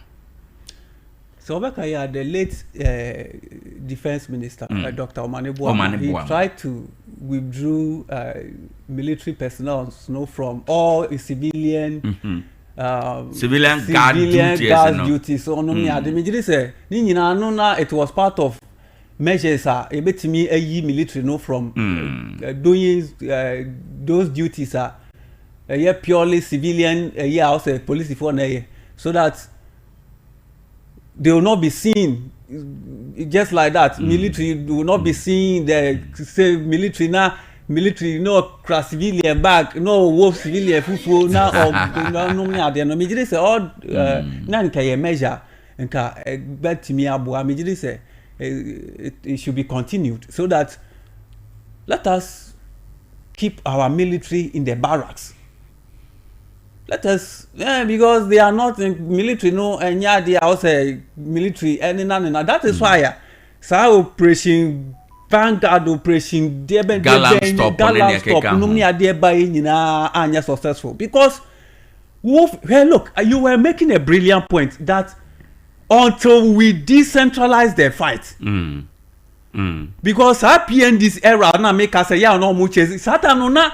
Directive in fee in Craybo, the military, the police command here. One can but it appears say and then just say directive be baby IGP. Why should you the commander sit here and wait for directive from the IGP to go and arrest illegal mining happening under your jurisdiction? So these are all issues. We need the proper decentralization. And we need KPIs. You understand? Yes. KPIs for appointees and the commanders.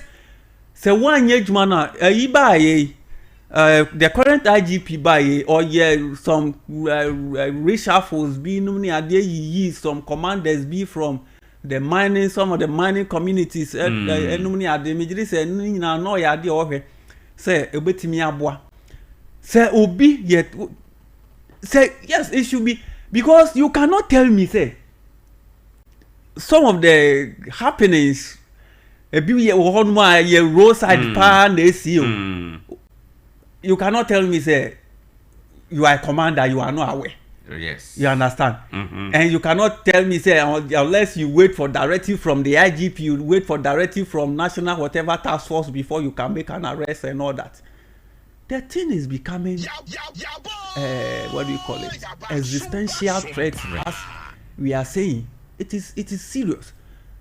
It is serious. You see, God no the nyakopo the amaye. Me maka say God no e China for us so they will mine it, but they will find a way to mine it responsibly without destroying the environment, without polluting the water, without degrading or destroying the forest and all that. They will find a way. But because Ghana ni na wo Ghana ni wakwa fa China ni no kre wo muni say until President Kufuor the era of President Kufuor did Ghana for be call China so go see how to do small scale mining using these sophisticated machines, Now there were not these heavy machineries involved in small scale mining. Until omu go see omu ba no the China for no buy and aba be dane adeswa and right. So your effort, your measures are hodwa ye de go akwan mu. Proud to this discussion na atie for can say yes topic galam say but ye makwan ma heavy machineries ye de yes ade no eba. Yes. Recently meaning say President Mahama administration currently now so say a ban on excavator importation. Minim baby asade no akoduru. Excavator no. Sata na sa issue look back up no. The minister, I think the sector minister, no. He mentioned a figure. Say we call port wa. Excavator say gu honomo. Right. Hey, na die gu posweba. You ask yourself, say, a damn kwa na ye excavators ebeye. A damn construction also. How many large scale mining companies do we have? Wamu here all these excavators. So basically, it is for small scale mining and maybe the illegal miners. Right. So what do we do? You see, because Nana don't tell me no or yes, or by install tracking devices in some of these excavators so that their movement will be monitored, and I don't know what happened to that one. You see, also you hear the background of people who are importing those what do you call it, excavators. Is it for construction purposes? If it is for construction purposes, how do we track it? How do we put tracking devices to ensure that they don't find those machines are not or do not end up at the mining what do you call it illegal mining sites? And you know, I idea I say now excavator no the cost involved amount for estimate import to excavator in this large quantity. It tells you say there is something very lucrative in there. Other than that, to me and yes no. Right. That is why ekono ababedin. Ekona yedin because nipa ni say me rema menyeska. Okay. Die na ma ekono ayedin because yes, sentokwa no odin a e wo say yede strategies nso enekopata. Inti no die na ma galamsey kono ayedin. 101.1 FM. Galamsey kono o illegal man kono me gidi say. She nipa no uchi obi wo site ho ne. You see, we need to look at the thing from a broader perspective. Obi on no nani briska uye ni den ono wa na adwen say ho na opere de sa fo no ho. Okay. Ye won kofo ho no so a when giving alternative enya de on beye.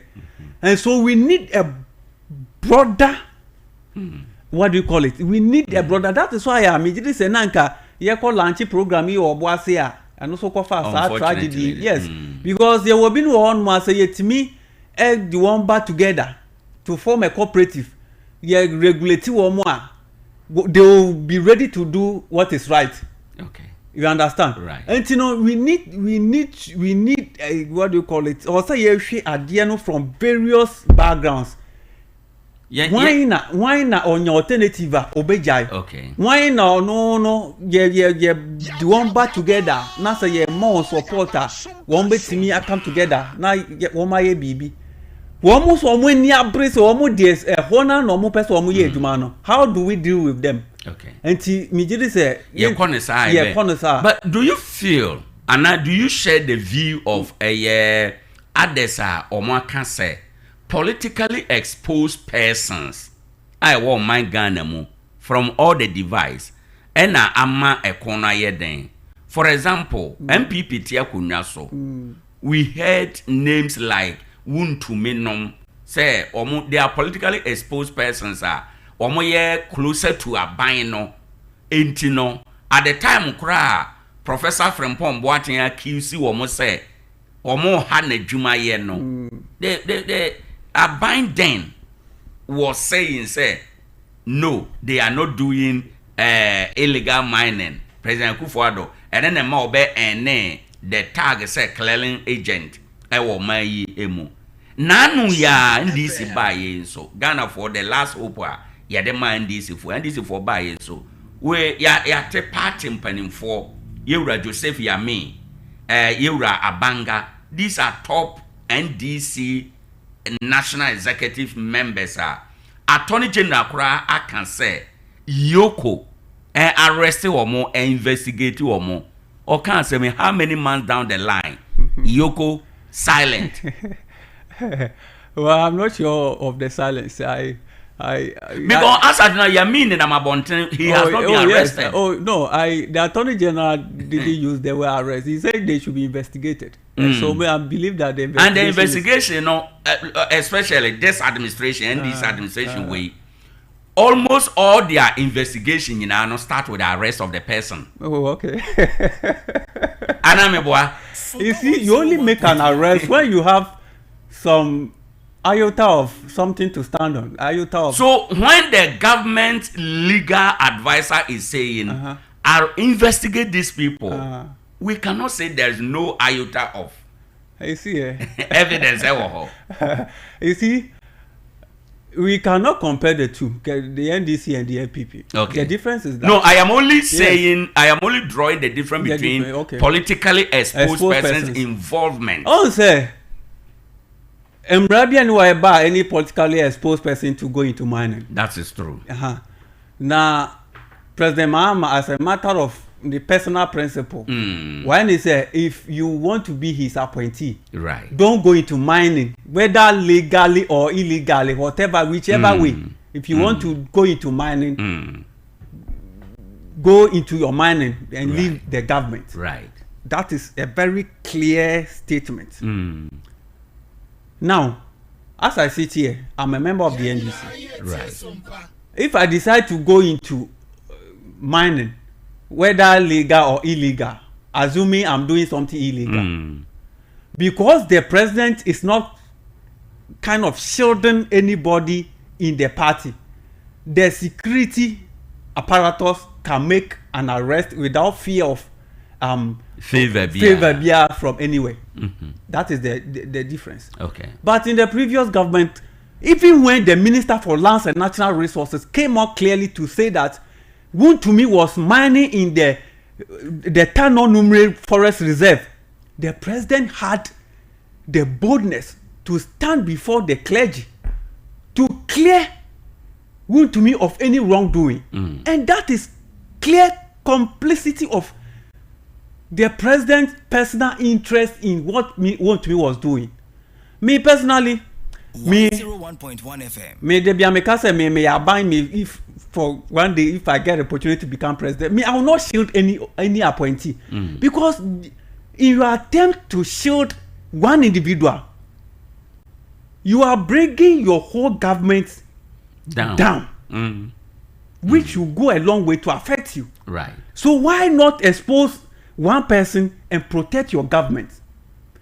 May those names who have been mentioned, Joseph Yamin, Abanga, they come out to say Abanga one of the MPs, I think in the Western region also. Yes, in Western North. Yes.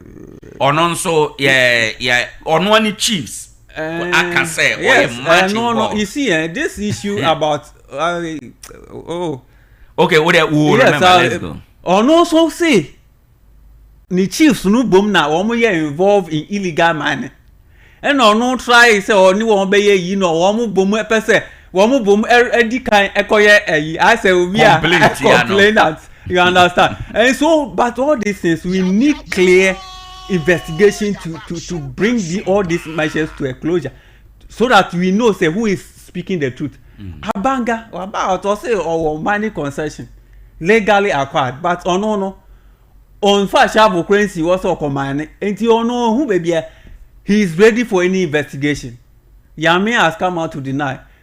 Now no I don't know. Let's leave it for the Yoko to investigate. So be when this Imuna said Nipano illegal mining. I mean say the person should not be sure. Me say president what him or pa senko bekun galamsey baby a element bi a ye around him and I want a government mu ene ma o failure the same way president Otiakunwa so yi or the goodwill say obe fight galamsey na yanhwe ya element ewo ono an government mu and people around him no ebe mo ono nso no wa faili ene ne a ekeka ho enti no we are is it more around galamsey say ye papa enye papa ne ade ye dia we are looking for solutions to deal with galamsey and one of the solution aba front kesepa has to do with say ye decentralization na ye kan ho asem say ye enhwe nananom ye enhwe MMDCs because they are head of securities in the district in a municipality yes. No and in terms of police and so no the district commander no say yemfa adeso bi nso awo mo ema wo mo kon mu nyeduru na mo kon mu yeduru a they bia ombe boama ya fight. For example, ye hu say bia MC ya Waterkwa ye hu takwa asase bi so galamsey bi koho na ya kan na enye yi a ochena news mu ade betena president say wa dismiss na nyame mpangu men kasa ye mrasa me de ye mfanto ho keke nya na president say wa dismiss na nea obeba be hye na nan no wodi esuro bi na eba say we nti na ye pamasuma say o ene me yire me ho na maye na me ya ebema me nso matena ho afebo ya hwe solution no. Is this a solution ana a way ye faso a ye betimi akon anopa ye di nkomo na phone in na amanfo mention names of chiefs. Sorry, they were mentioning chiefs say as custodian of the land no omo na leasing it out edema nkrofo yes edumane ade no. How do we target Safway? No chrome ni say tete galamsey na wo mo ye na omde shavo ni eyi na eye no eno no obi timi wi ano no akoshe bush baby no dege ono no o ka say chief bi nya where I would agree. But this kind of money and e cost we are excavator ye the excavators in eye no say ebe me din say meji atun say illegal mining be a cost for baby na chief or beka say onyawe. Yeah, right. You know, say if these propositions are being made, me say it is a right call. Media coalition against Galamsey or more convener engineer Ken Ashigbe or no na why yes our proposals way. Okay. Yes, I think that obviously if you want to centralize the fight now you can say there just a task force we fi Accra ni adia task force no this place here Galamsey or Ghana had also power. How many of those sites and the sites are small illegal mining activities and so they cannot be everywhere at the same time and so decentralization is very, very important and we need to, like we said earlier on, we need to make it KPI for the various MMDCs, the police commanders. Says illegal mining be a cost war area. I mean, this you should be you should answer. I mean, why are BBC cost? Is it the case that you are not aware or what? So that people should be accountable for their stewardship and leadership. Oh, me this is nobody but on say you mentioned Engineer Ken Ashigbe. And other civil society organizations who are actually involved in advocating against illegal mining here and there. One of the things they have been saying is what do you call it? Declaration of state of emergency. I personally I don't know what that would achieve. State of emergency to achieve what purposely and what will be happening when that state of emergency is declared? That means people cannot go to the field. Because when the president declares an emergency at a certain area, it means people cannot go there anymore. It becomes a security zone for people to go there. And so are you going to have the security at all these areas all the time? Because you can make a declaration. But if you don't have the security there, people will still go there. Yeah. They know that the thing is illegal. As we sit here, there has not been any declaration of state of emergency. But they know that what they are doing is illegal. And they know they can be arrested. But yet they go there. So if you cannot have the security placed at these areas 24/7, there is nothing state of emergency declaration will achieve than what is happening now. You understand? So that's what people are saying, say. Enye Ghana Babiane, Enye Ghana Babiane. You know, the mining communities na Galamsey Koswo no. Yen declare state of emergency, no, and like you are saying, no, then we activate our military. Okay. Wow. Activation of because Babia ye declare state of emergency biano. Subsequently, you activate military no to watch over. Nti also Tarkwa mining area. Tarkwa one of the let me say Tarkwa Swahim, I mean the whole constituency or municipality. You say illegal mining activities in but there are legal small scale mining activities also happening here. Right. So when we declare the state of emergency Tarkwa, what happens here? What do we differentiate who is going here and who is going where? That is. You understand? Right. And you know Sompa 101.1. Ade no nkophobia wo personal interest in President Mama be successful with a fight against Galamsey. You see, even he will be successful, and he's even you see, yet my Minister for Lands and Natural Resources, Ababeka, said they have reclaimed 9, what do you call it, forest reserves which were hitherto in the hands of small scale, what do you call illegal miners. I think it's a big success. Okay. Yet Yako ready community here, say everyone in Kranoni. So that community has been there since the previous administration only had it. It's a huge success. Say, if government is not interested in getting itself involved in this activity, like the previous government where party leadership will say party hereska. If party hereska there, then you cannot be successful. Okay. You understand? So government should not be interested in getting itself involved in this kind of this thing, so that individuals in the party who want to be miscreants, who want to get themselves involved, can be arrested. And I think that is what is happening. A bed debate on pass and another dankwe kufado. Nanka or dame Godfred dame. Pekache yoko say on investigate Nanabi. Who did he say betimiesi? Well, say ABSC the betimiesi. Enti mean see at the time enti no. Because even Ashanti regional chairman, they could not investigate him. How much more their national organizer?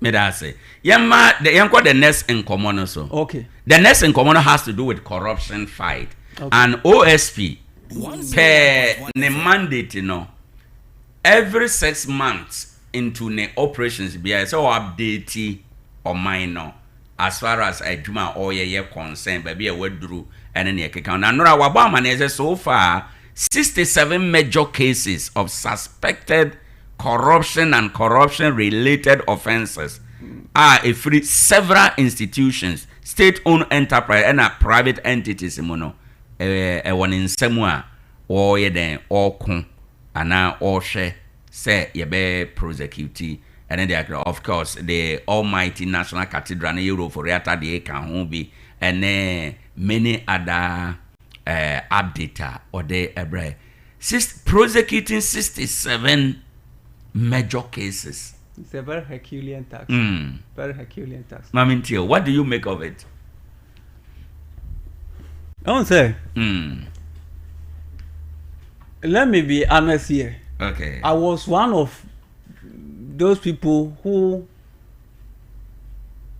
vehemently opposed the establishment of the office of the special prosecutor at the time. Na MPP Abia no edeba because me na me GDM no. Ade bia special prosecutor no corruption and corruption related cases ye de be share insase on hwe no. Ni nyina fall ada criminal offense according to our constitution no, every criminal prosecution bia no is initiated by the Attorney General, right? In the name of on behalf of the people of Ghana, right? And tina me who say you be kwakoti another office of special prosecutor. Na say ono ko corruption cases. Na me share that who here na dey me feel say ebe boa say ye per se seriously. Say a per se, but they were also making case that they want to make the office independent. But we also how independent the office was under the NPP administration. independent because na wo man kwa do baby the special prosecutor begina apaso ka say ankwanoma because they were hands no omu kra no mu ontimi nya adwuma ojiri se MPP amba free aba mu a inka special prosecutor we inkobetimi anya the boss say Kenforiata or no declare Kenforiata wanted nti ni nyina no but there me propositions are na wo ho ni say civil society organizations no me akikani other some political parties the office of the attorney general should be separated from the minister for justice. Edentia. Yes. Sompa 101.1. As I sit here, me a Ghanaian, I deserve justice. Right. The same minister who is prosecuting me is supposed to provide me justice. How does that work? So many abanya case the minister for justice, the attorney general is the one prosecuting me.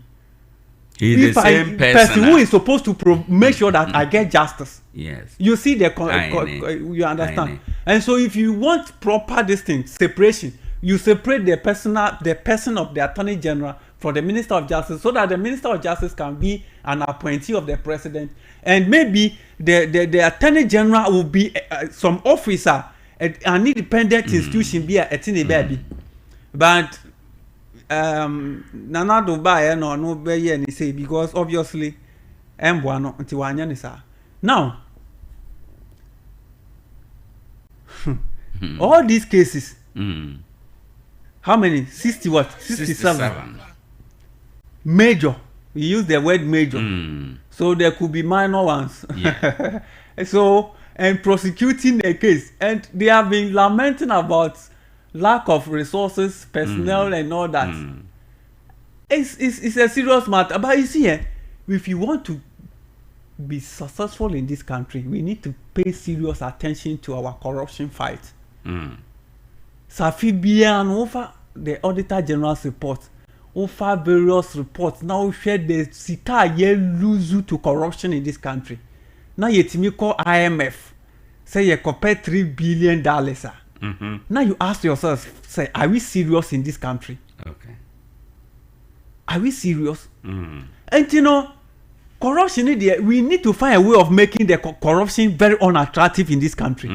Even though people will still find a way of getting themselves involved, but the obvious ones, no, or say yetimi fa kwan be able to me afaso, na yetimi or some of you don't say government procurement no many are they sourcing na we na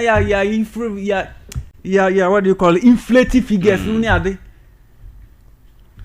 Nti coordination ben na ye here because it looks like say o my Ghana mu no anti-graft agencies na dorso ye wo yoko anti-graft ye wo CID omo investigate all criminal activities bia ye wo OSP na nkasa ene ade nti no eto da bia a case in point sisi ladapa case OSP so mu duru ba bi no o se no enye ne mandate nti esa o hand over the ma yoko this is akodi yoko nsem even though they work on but as at now no yente ho empopoye bia te said they are na expert no nti no what kind of coordination ena ye here wo all these agencies, investigation agencies and on them ebetimi speedy up investigation and prosecutions I've heard proposals from some individuals and even some civil society organizations who have made such proposals. They should be put under one umbrella. Only say first na internal revenue for year wo medjuma nko na customs for year wo medjuma nko na VAT for year wo medjuma nko under president and it was under President Mills na or ye ni nyina ye friend of GRA na your friend you want one body called GRA, you want Director General of GRA, and so maybe a similar thing can be done. But if you look at, there are different, all these institutions were established by different allies, and they have specific specific duties to perform. For special prosecutor, for instance, he is looking specifically about corruption and corruption-related issues. So if something has to do with anything that does not fall within corruption and corruption-related this thing, you will not handle it. So you have to refer it to either if it falls within the mandate of the IOCO, like the Cecilia Dapa one. He was looking at possibility of corruption because he was a minister. He was looking at possibility of corruption. So as some no do baby on so freezing account or Cecilia Dapa fought back seriously. Court. Normally ade go do baby no. Ono abeka say there are aspects of the issue or no fee say a money laundering. Right. So the money laundering there now it follow within the mandate of the IOCO. And or refer a case no call IOCO. Right. You understand? So maybe even as it is now, even as they are now, one body, one coordination. I think if they work among themselves, they can be doing this thing. When case where banners or him could do baby officer fall under this institution, and you refer it to this institution. They can be doing that, but the proper thing is that they should all be put under one umbrella, so that we have one serious.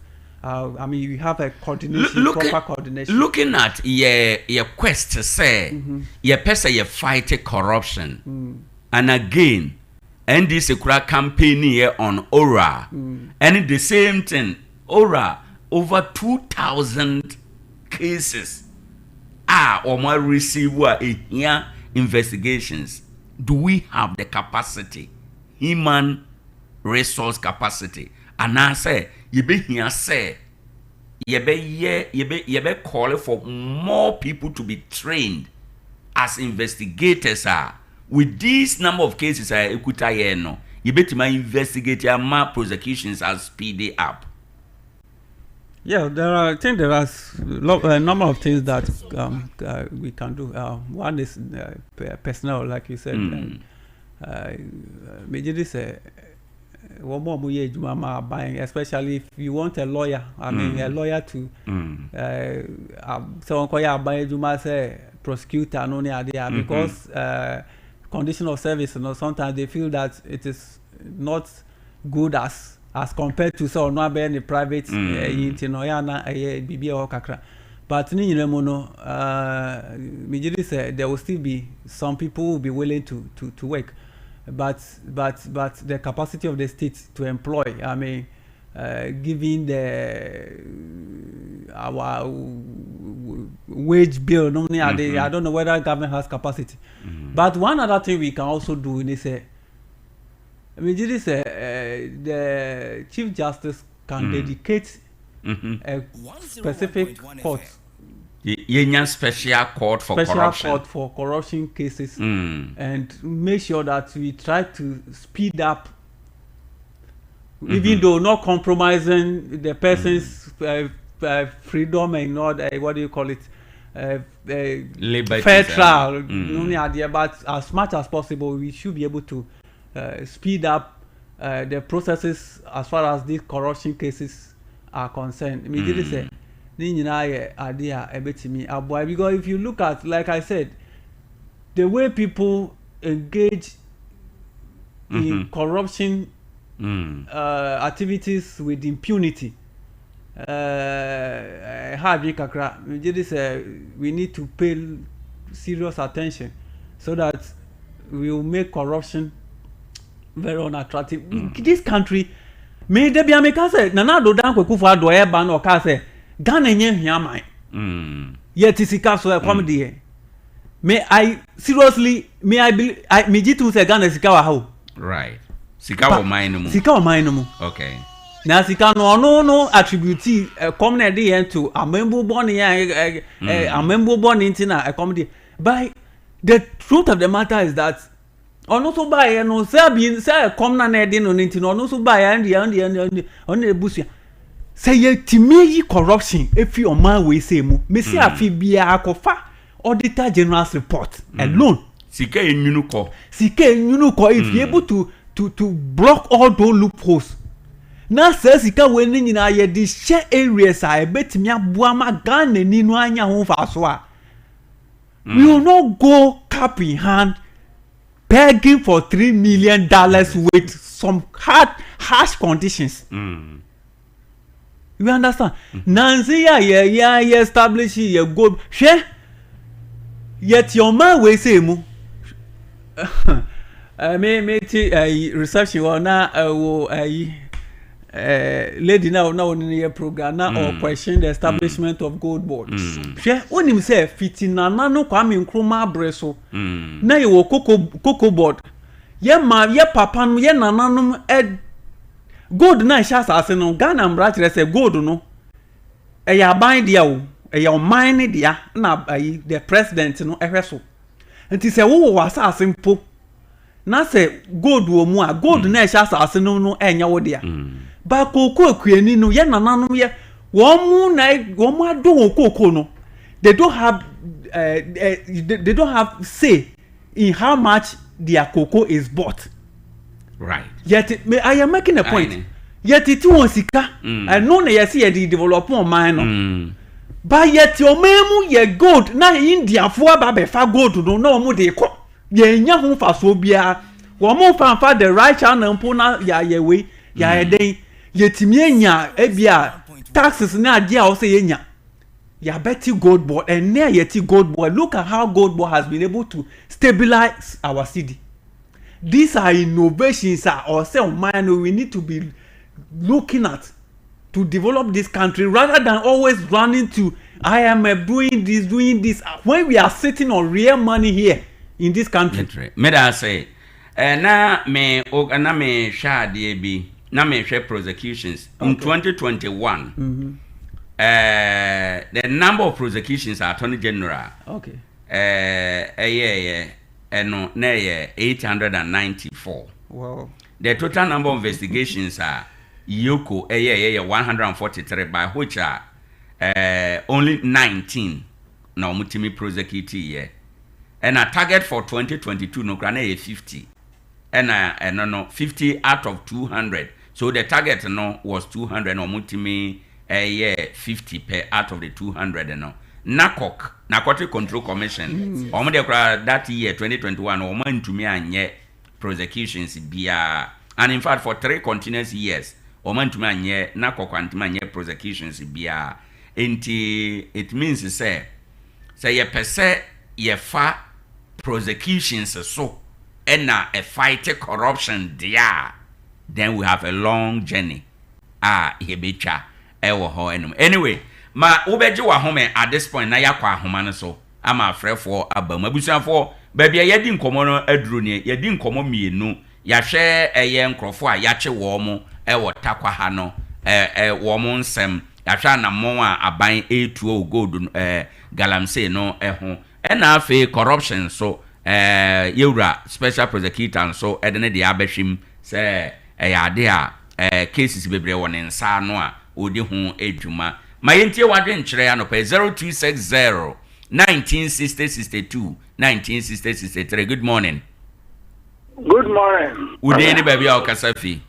Oh, Charles Dongoni. Me da say bra Charles my intia ano pɛ. Abacha ano pɛ me tie we tie for tie uni na me friend tie ka say my big brother Oscar Saria. I miss you a lot. Mama dey come out some so. Yanko. Yeah, Mamen Kanokre, no credit, Neka or Ebako Pe. Who is the head of security in the municipal? MC na head of security. Thank you. Wama Yabachi Woman, National Security Abachi Woman, they are the boys of MC. Oh, and allegation ye ni adanse biantino. Wajina so ye dia wa here. If it becomes true, the boys of MC and the police command, nobody can use himself as a security in the municipal without their knowing. They are giving because security no who say they don't have the right to do some work in entire yache womono. It's going on. No day alone. It's going on. They are not alone. Now, me catch MC there. I'm his boy. I belong to him. We belong to the party. We belong to the umbrella. I will not let him to fail. Yeah, that's it. Young folk before for Ewoha Enum say, 1% MC be fairly. Good morning. Good morning, Minya Pome. Nyamea Domudin. Unya Samen Sutazongo. Medase, my inti one pay, Samena Yango. Unya and a pay Michel. Hey, Minya Asalga upon an after man paying more good morning. Well done. The Tonka catch after election in Toka. I'm sure that the pay Matonka and the penny champion me and see. My business are called Nami and on my voice of Sarfatilla. Can you buy no or your wrong approachment? The Emperor, yes, your wrong approachment. You sure there. Two habo near Ghana, Tema habo, na Tarkwa de habo, and I'm a blandebois. Ganam say for him in habo with this what they back. What are the customs of habo? Way. I hope them continue the baby and will be a swan and will pay outside habo, and I'm a boy. It's then a binding portion today. You may be a Galam say whom you may be can find. How I want to abadap but the people are good, they do a baby, they won't see. China for our water saying most of stores be what to the minimum. Sikahin are buying us or the fight against Galam saying. One of them company caca that will lose the good to the trick while binding to them loading Yanon Sen. It is a Galam saying or shedding your mamma that we yet be from yeah, see, I'm for before Frano pay. Ewoha and good morning. Good morning. Good day, baby. I'll Kasafi. But your friend Alaji, Mekasafi Zungu. Alaji, me that's me into one pay. Ejay, and in the beer. Gamse to Nasu obey them. Because with one such a Western region, including Tarkwa, the bay Juma Pan extra Gamse, I will Tatakwadi. I can't say. And I got a sense to our warrior, a bit of down. Now, one was saying soon I say, I buy on my winning a corn. Okay, out to one among. Now, one walk down a day, one down last month. Now, one was set forest. So, he said, I buy on kitchen to maybe a farmer. I was some white gam, so one now one bra, a cool. And you might be a wabba, one of us, a much a bosso, compare. Kase we bubu no waton enti aban no ba na ko ti sa company na enkoya ko more than 3 a day e kasa ta ko na wo good dem ejugo ese ejuma ma enwa enti o man na ngate ejuma ni bi ni wo obi akọ university ewo na ti train ewi ti train ewi o ti fie 3 years o ye di ma ye ejuma be na ni pa no onkoye na on fan train na gire ne nba wa saba be den dia man de busuafo. Enti Abia Edwana Gamsa Tibetun say Abano on creating more jobs and farmer youth no na and them dia Gamsa Edwana de nana yen jan de yen jochna yeah that's a for you for good morning. Good morning. Good day baby Kasafi. Your friend Yima Kasafi so. My into one play. Chief say I wouldn't say o maya yetimi emu ayemu pa. Isi ade kosunya NDC for na kasa. Yeah, when they NDC for you. NDC for na kasa. O my den. Pia na mani o kasa yi. Sisi a wuni emu a. Obo so obidi. Ayi be chiniti. No so national security. As if he said this na buy na aba. Obi na le bia wona bia. This we say wona ma e say wo hwe hu ye papa. Because obi performance you know the chiniti. O say ma buy na aba. Me national security. E na mu dem. Omo yan NDC for na. That's for ya omo achi omo ya ndisi for na omo takwa ya ona omo ya saade no. No, we know omo ya 7 military officers but minim kura omo free so there. Enya sa na ko so sesia. Sa na ko so obia wo so obi de ko format bia cheniti no name osim ya national security. This ya no ama ekom kura ye wunam kwa yi cha wunya save. Abotre, yemfa obi foforo. Good morning. Good morning. Morning, Pastor. I'm chance na my baby. Oh, Pastor, you should have let me to conclude. On your Biblia, Pastor, when we are talking about the security either, I say we have a travel man. I will not insult them, not insult. We are discussing about the constituency. You and I cannot stop them. You and I cannot do that. But they are the security apparatus. They have to hold the consequences. And whatever is going on, we will put it to the head. They know anymore. People are walking around. Me national security. Me a day. At all as H1, they are party boys. They are this and this. Yeah, say my audience na yempon ewo ha enom. But we there, yes, it is true, say. Be a party for being nama omo yes omo ye national security for.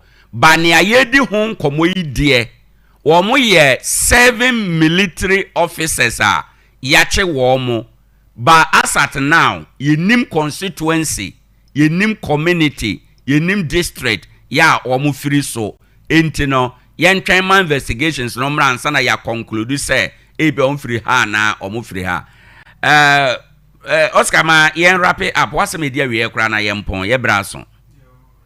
Me kai chat one is yen nyina yen ti ase say we have a future to safeguard. You understand what we are doing today. Yen no yen sa anka yen betuni say we also need to protect the environment, our water bodies, so that we can also bequeath our younger generations very healthy environment and all that. You know, so while so wo be things you so na say wa wo nim say de wo ye no enya de papa na wa so wetu hu fo ye nyina yemboa. Let us all come together and build this nation.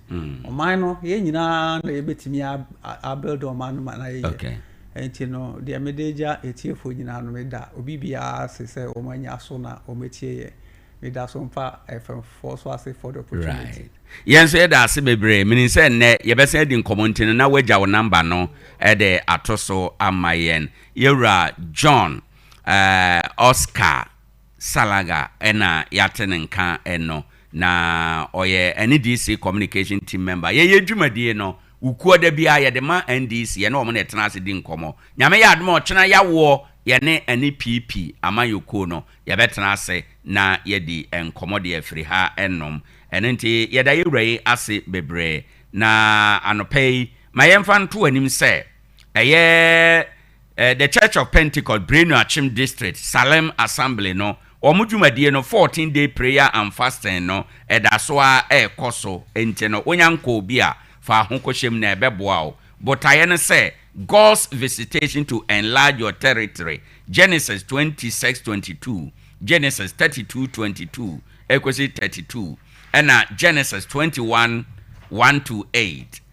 Oshase Benada 12 August no be kwasiada 24th.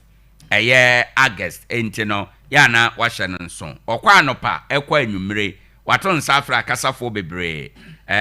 Osofo Isaac ene akasafo eka ho eba elda na tachi ena dwumade ne sinanan eso chosen verse ne sister comfort mo ebeto dwom ewo ho en railway quarters womo ben Macarius Church no yana wako ebeboa pa obenum nsuo ufie wadwuma mu ba bia awade ase party ase hotel ne restaurant ahodo enso ne ye ba kope Freedom Ark Natural Mineral Water Ensu Krojen 0244 534603 0247 15931 one womuntu anamoa ebetimi aboa ahwete so Sun City Dream Masters for asewa ena womo aduane pa adwasuo BS Kitchen Annex womo aduane ahodo jollof plain rice ena afi stew rice ball ene nkatekwan bankuno okru stew fufo ne abenkwan pastry pizza obaha yebema wifi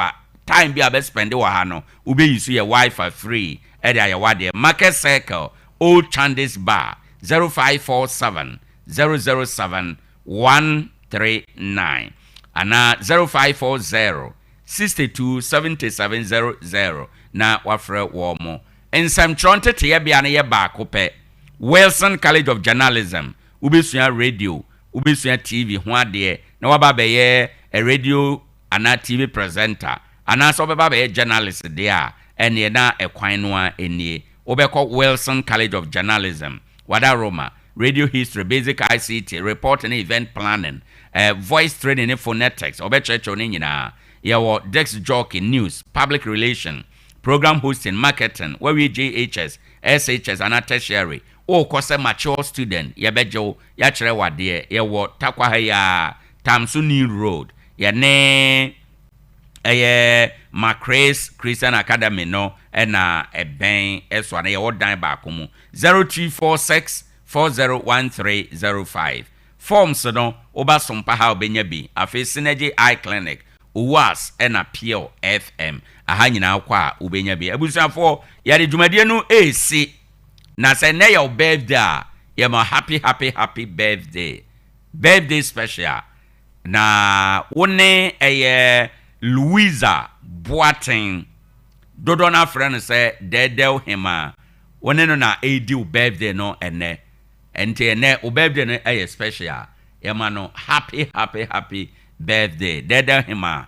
onyame nshraw na oma wade nyina nye ye o birthday ya wudie enti no onyame mfam bie ekwan ema opportunities a nipa eni naso onyame ma ungro enfri adomu kwa adomu birthday a ede ahoden hira yedie ne nkan ko ene asetena pa ebebro eno nti on that note no dedel hima yema happy birthday sanso ena anopei eyo birthday Gideon Atakra o birthday eye ene Patience Hansen say yam we show a special birthday emfa emau or say birthday ya wudie erade mfam biebie kwan mau erade ma wonye nhira erade ma obia obefa wonsam obia obeben wo wonye unhira no ebi erade ma birthday ye emfa success emfa mro emfa good living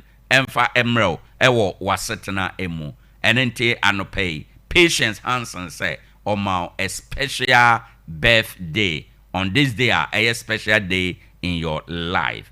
Afe Leonora Kumi and ya wonso birthday. If Patience Hansen ho ebio or say o birthday ya wudi enti eradema wunyini emeye opening pa eradema osomra mfaso eradema unye etre wunti eradema nshira emra busua no mu na busua atimi anyini wanyini onso waba abehwe abusua oma happy birthday Leorona Kumi every Patience Hansen eho enom abusua for on that note no yadi dwumadie no esi ha DJ Ken na de call Facebook and YouTube Sompa 101.1 FM afi akua atwumase obaye ma yeto adwene ewo dwumadie eso ewo second segment no emu nyame nhyira no bebre na afi yada salaganso ase se obaye ma ewi dwumadie na aseda PSC aseda kekraka no enkoma yetiefo ya munya adaje tie yen munya adaje frɛ yen na muka ye ho ye damu nyina ase eye mo na mama Sompa aye Sompa mo na afidie ne ye modea mo na program ne ye modea nyame nhyira mo na de amopɛ no na ye bɛyɛ enenso me ka biom de akyerɛw sɛ esan sɛ wone Sompa atokese na yafa yonko na yetu anamonti no awurade oma wo brɛ enye kwada awurade be hyira wo nsa no adwuma so afeda sese yebesan yatena ha bio no na wo nsa no adwuma ayeye on that note medin ede Owoahene Acheampong yade usi ha ebrepam yebesan hia ewa fidikura but coming up no mid morning affairs with DJ Ken obeboa abo nnwom pa ebema wetimi aye adwuma taxi drivers modie wom montwen no na mobenya bibia fine ewo ha eno achie no pramoto akasebo ebeba kasebo na chi ekua atwuma se besan atena ase na ode Sompa komode nomien san kasebo abro eno achi obeda na wahye kwame ensa kwame atoapem na ode wo asi efie kwan so brebre kwan so jojo na ode wakwa akoduru fie akra mo eda mu nyina ase mo enitie.